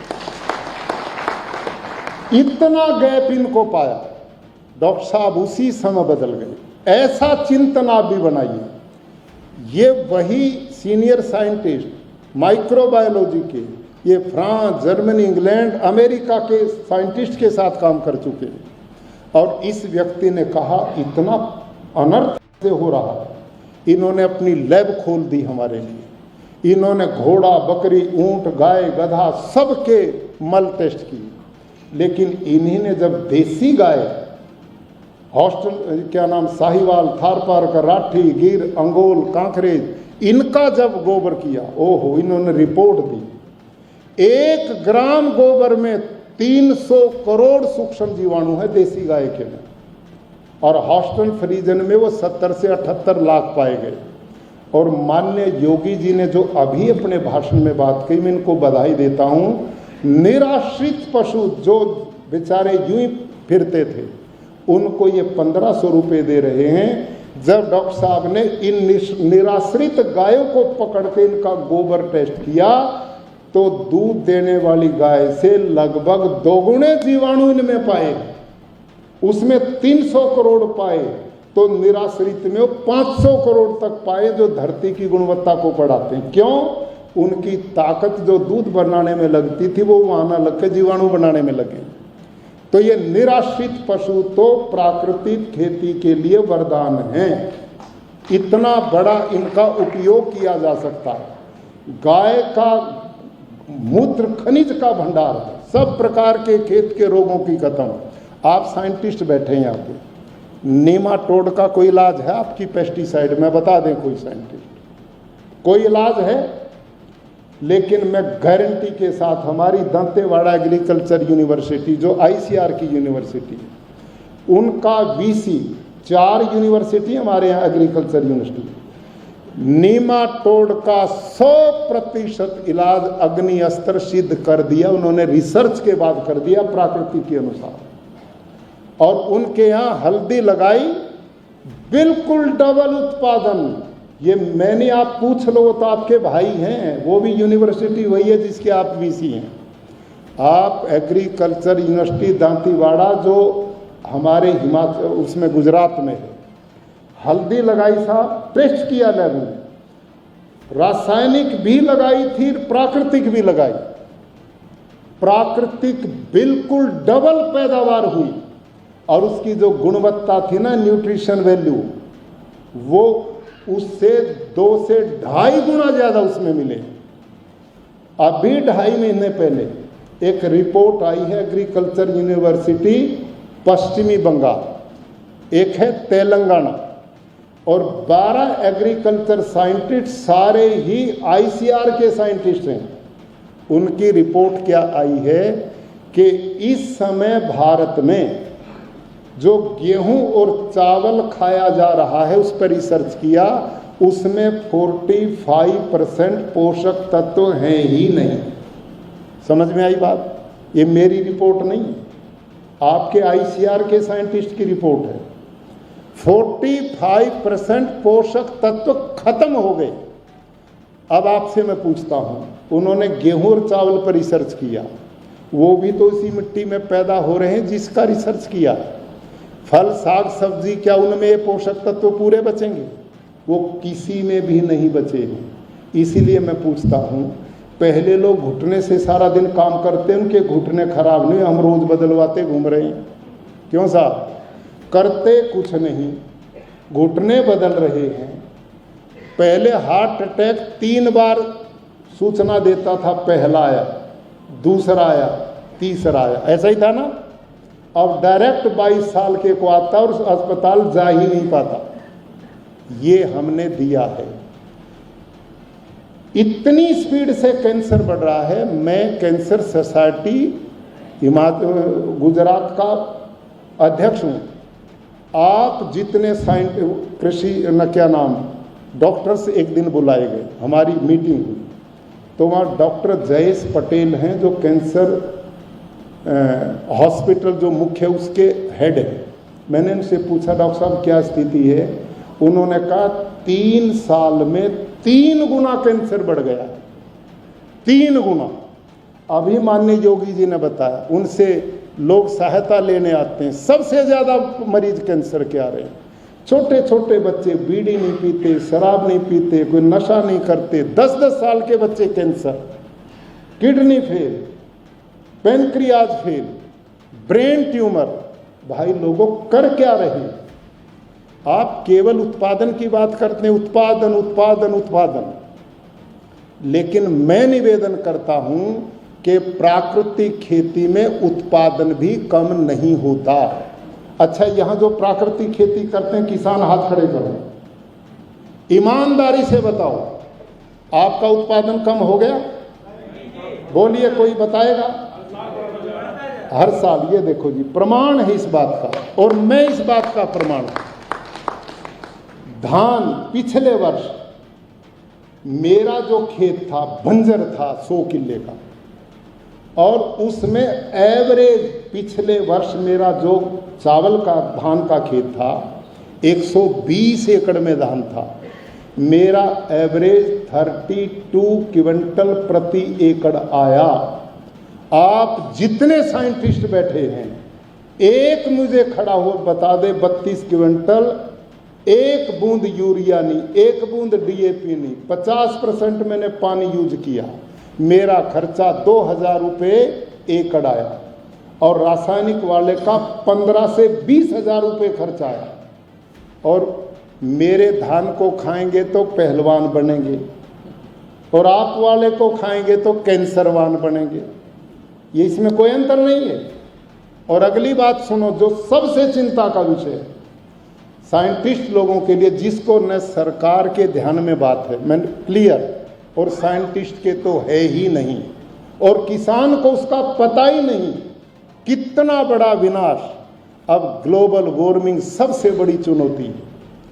बारिश आती तो 2-2 फीट पानी गिरता है, कहीं बूंद पानी की नहीं पड़ती, कहीं बाढ़ आ रही है, कहीं ग्लेशियर पिघल रहे हैं, कहीं नदियां सूख रही, जैसे मंत्री जी ने बताया। ये कारण क्या है? इसके पीछे आपकी रासायनिक खेती और जैविक खेती दोनों का योगदान है। कैसे? इसको ध्यान से सुनना।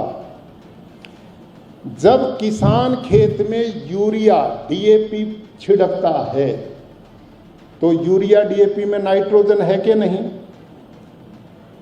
भाई आप बदलना नहीं चाहते, इसका मतलब नाइट्रोजन है कि नहीं?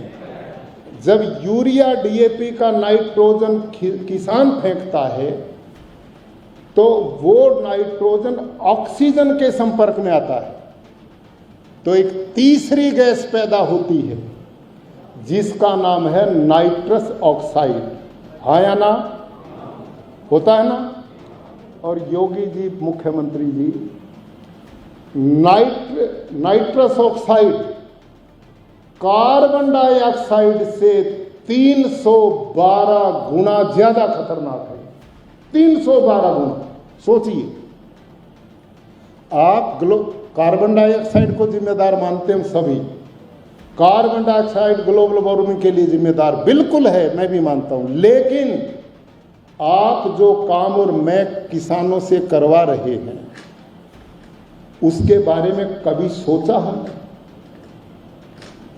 312 गुना खतरनाक है। देश और दिन में कितने लाखों करोड़ों टन यूरिया फेंका जाता है और उसके बदले कितना ग्लोबल वार्मिंग पैदा करने का काम किया जाता है, ये सोचिए आप। और ये मीथेन है, ये 22 गुना खतरनाक है जो जैविक खेती में प्रयोग है। दोनों कृषि जो है ग्लोबल वार्मिंग के लिए, नीति आयोग में एक मैडम है नीलम पटेल, उन्होंने मेरे को सूचना दी 24% ग्लोबल वार्मिंग के लिए रासायनिक खेती जिम्मेदार है। यदि ये खेती रही तो ये वातावरण जो कहीं बाढ़ है कहीं सूखा है, ये बचेगा नहीं। और इस ग्लोबल वार्मिंग में भी लड़ाई यदि कोई खेती कर सकती तो वो भी प्राकृतिक खेती कर सकती है। हमने ये जहर डाल करके कैसे विनाश प्रकृति का किया। अंत में मैं लंबी बात नहीं करूंगा क्योंकि योगी जी को बहुत जरूरी काम से जाना है। भाई और बहनों, प्राकृतिक खेती विशुद्ध जीवाणुओं की खेती, इसमें इनपुट्स बाहर से कतई लाने की जरूरत नहीं किसान को, जबकि रासायनिक खेती में इनपुट सब कुछ बाहर से किसान खरीदता है। जैविक खेती वालों ने भी बड़े बड़े प्लांट लगा दिए, ये ड्राइकोडर्मा फलाना डर्मा किसानों को दे रहे हैं और उनकी लूट शुरू हो गई। प्राकृतिक खेती में घर में केवल एक देसी गाय चाहिए, केवल एक। उसी के गोबर गोमूत्र से थोड़ा गुड़ चाहिए 1.5-2 किलो, वो किसान पैदा करता है। दाल का बेसन चाहिए, वो भी किसान पैदा करता है। एक मुट्ठी मिट्टी चाहिए, वो भी खेत की। ये सामान चाहिए हमें और कुछ नहीं चाहिए, कोई सामान नहीं चाहिए प्राकृतिक खेती में। जब किसान की लागत ही 0 हो गई और उत्पादन नहीं घटेगा तो देश कैसे भूखा मरेगा। यह दुष्प्रचार जैविक खेती के कारण किया जाता है। प्राकृतिक खेती यदि ईमानदारी से करी जाए और उसके 5 आयाम हैं, बीजामृत से बीज संस्कारित करो, घन जीवामृत, जीवामृत, आच्छादन मल्चिंग और एक समय अनेक फसलों को खेत में बोना, मल्टी क्रॉप, बस ये 5 नियम हैं।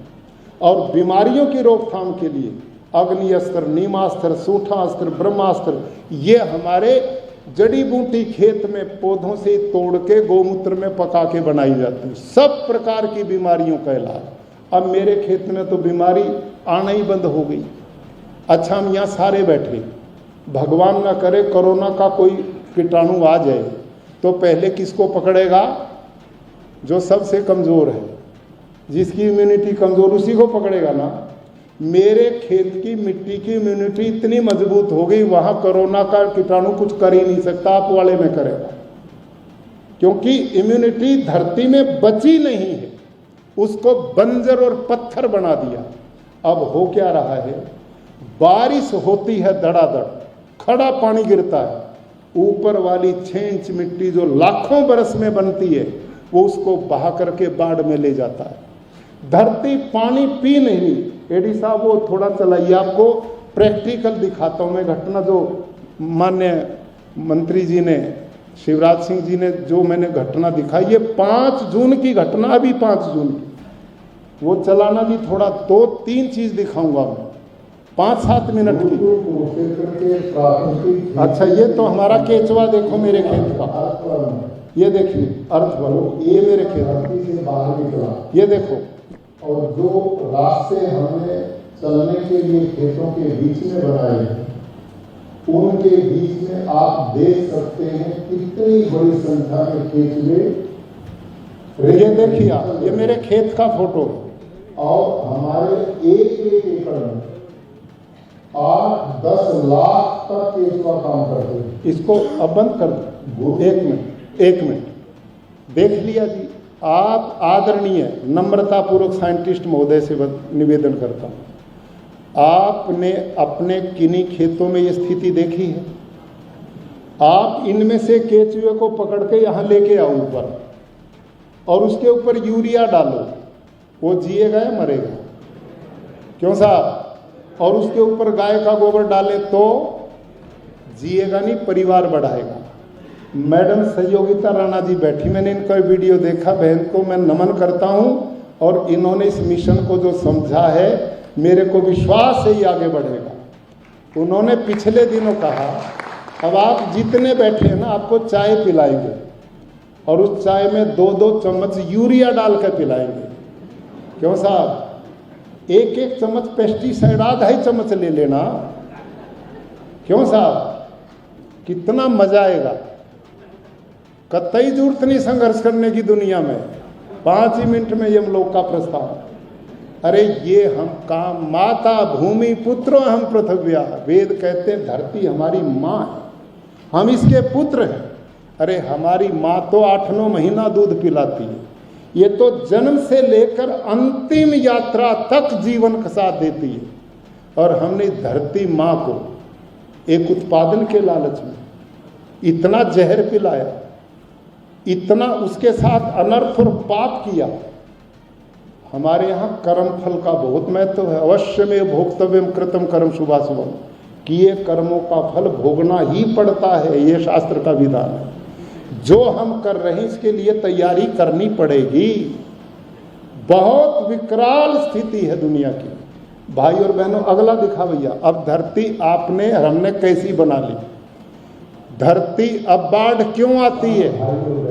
ये देखिए 5 जून का, इसी 5 जून 2024 की एक घटना है कि गुरुकुल ज्योतिसर जिला कुरुक्षेत्र में छात्रों की संख्या बढ़ने के कारण हमने अपने पड़ोसी ऐसे एक किसान से 5 एकड़ जमीन लीज पर ली, जिसमें छात्रों के लिए ग्राउंड बनाया जा सके। उसकी फेंसिंग के लिए प्रबंधक समिति ने निर्णय लिया कि उसमें ड्रिल मशीन के द्वारा जमीन में होल करके पाइप लगाकर उसमें तार फेंसिंग की जाए, ताकि बच्चे अंदर सुरक्षित रह सके। तो उसमें ड्रिल मशीन से जब हम छिद्र करने लगे तो जोर लगा करके भी, ये देख लो आपकी धरती जो बनाई है, सीसी का इंजन ये अब दूसरी जगह कर रहे हैं। 2 इंच से ज्यादा ये देखो आप, नहीं कर पाए। ये है रासायनिक खेती। और दूसरी, अब ये दूसरी जगह कर रहे हैं। वहां पर भी मशीन फेल हो गई, ये फंस गई इसमें, लेकिन ये फंस गई है आपकी। ये है रासायनिक खेती। जमीन इतनी कठोर क्यों? क्या गुरुकुल कुरुक्षेत्र की जिस जमीन में हम प्राप्त, ये मेरा खेत है प्राकृतिक खेती का, अब यहाँ लेके आए। जमीन इतनी कठोर, तो हम ड्रिल मशीन को गुरुकुल कुरुक्षेत्र के खेतों में लेके, ये भी सूखी धरती है, जून की, 5 जून की। ड्रिल की गई तो कुल 30 सेकंड में 2.5 फीट गहराई तक ड्रिल मशीन ने इसे बना दिया। वो आप इन चित्रों से भी देख सकते हैं। और इस जमीन की क्वालिटी देखो आप, ये सब कुछ ये देखिए आप, ये है प्राकृतिक खेती। जिस किसान से बंद कर दो बेटे जी, आई समझ में बात आपकी। रासायनिक खेती में आप बताइए यूरिया में कितने % नमक है जी? 45-50% यूरिया में नमक है, जो धरती के स्रोत को पत्थर बना देता है। डीएपी आप खेत में डालते हैं 6 महीने तो पत्थर पड़ा ही रहता है ना? तो आप और हमने सारे केचुए मार दिए, जो सूक्ष्म जीवाणु थे वो बचे नहीं। वही तो धरती की जुताई करते थे, वही धरती में ऑक्सीजन भेजते थे। और आपने उसको देखा नहीं, मेरे खेत में चाहे 2 फुट बारिश हो जाए, 24 घंटे में सारा पानी धरती माँ के पेट में चला जाता है। क्योंकि वो केचुआ जो एक खेत में देखा आपने 8, 10, 20 लाख तक केचुआ मेरे 1 एकड़ में काम करता है। मनरेगा वाले तो पैसे लेते हैं, ये बिल्कुल नहीं लेता, फ्री में 24 घंटा सेवा देता। और मजे की बात, जब ये केचुआ अपने उस खेत की मिट्टी खाता ना, जिस खेत में, उस खेत की मिट्टी से इसके पेट से निकली में 6 गुना ज़्यादा नाइट्रोजन है, 9 गुना ज़्यादा फास्फोरस है और 11 गुना ज़्यादा पोटास है एक। और जब ये केचुआ मरता है तो 16 तरह के पोषक तत्व धरती को देता है। इससे ज़्यादा धरती को किसी चीज़ की जरूरत नहीं है। इसका शरीर पूरा प्रोटीन का है, जो मेरे आपके शरीर में सिस्टम वही इसके में। और ये केचुआ अपने जीवन में 40 से 50 हजार बच्चों को जन्म देता है। ऐसे सूक्ष्म जीवाणु का जीना मरना। मैं आपसे अंतिम बात, जंगल में कभी गए हैं क्या? जंगल में सैकड़ों तरह के पेड़ पौधे, आप बताइए जंगल में यूरिया कौन देता है? बोलो जी। डीएपी कौन देता है? कीटनाशक कौन डालता है? वहां पर पानी देने कौन जाता है? वहां गोबर की खाद कौन डालता? कोई नहीं।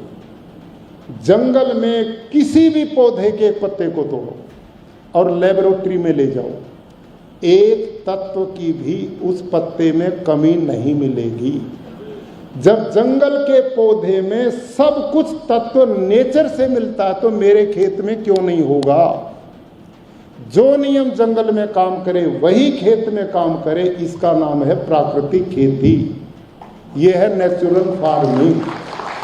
भाई और बहनों, कतई गलत रास्ते पे जा रहे हैं।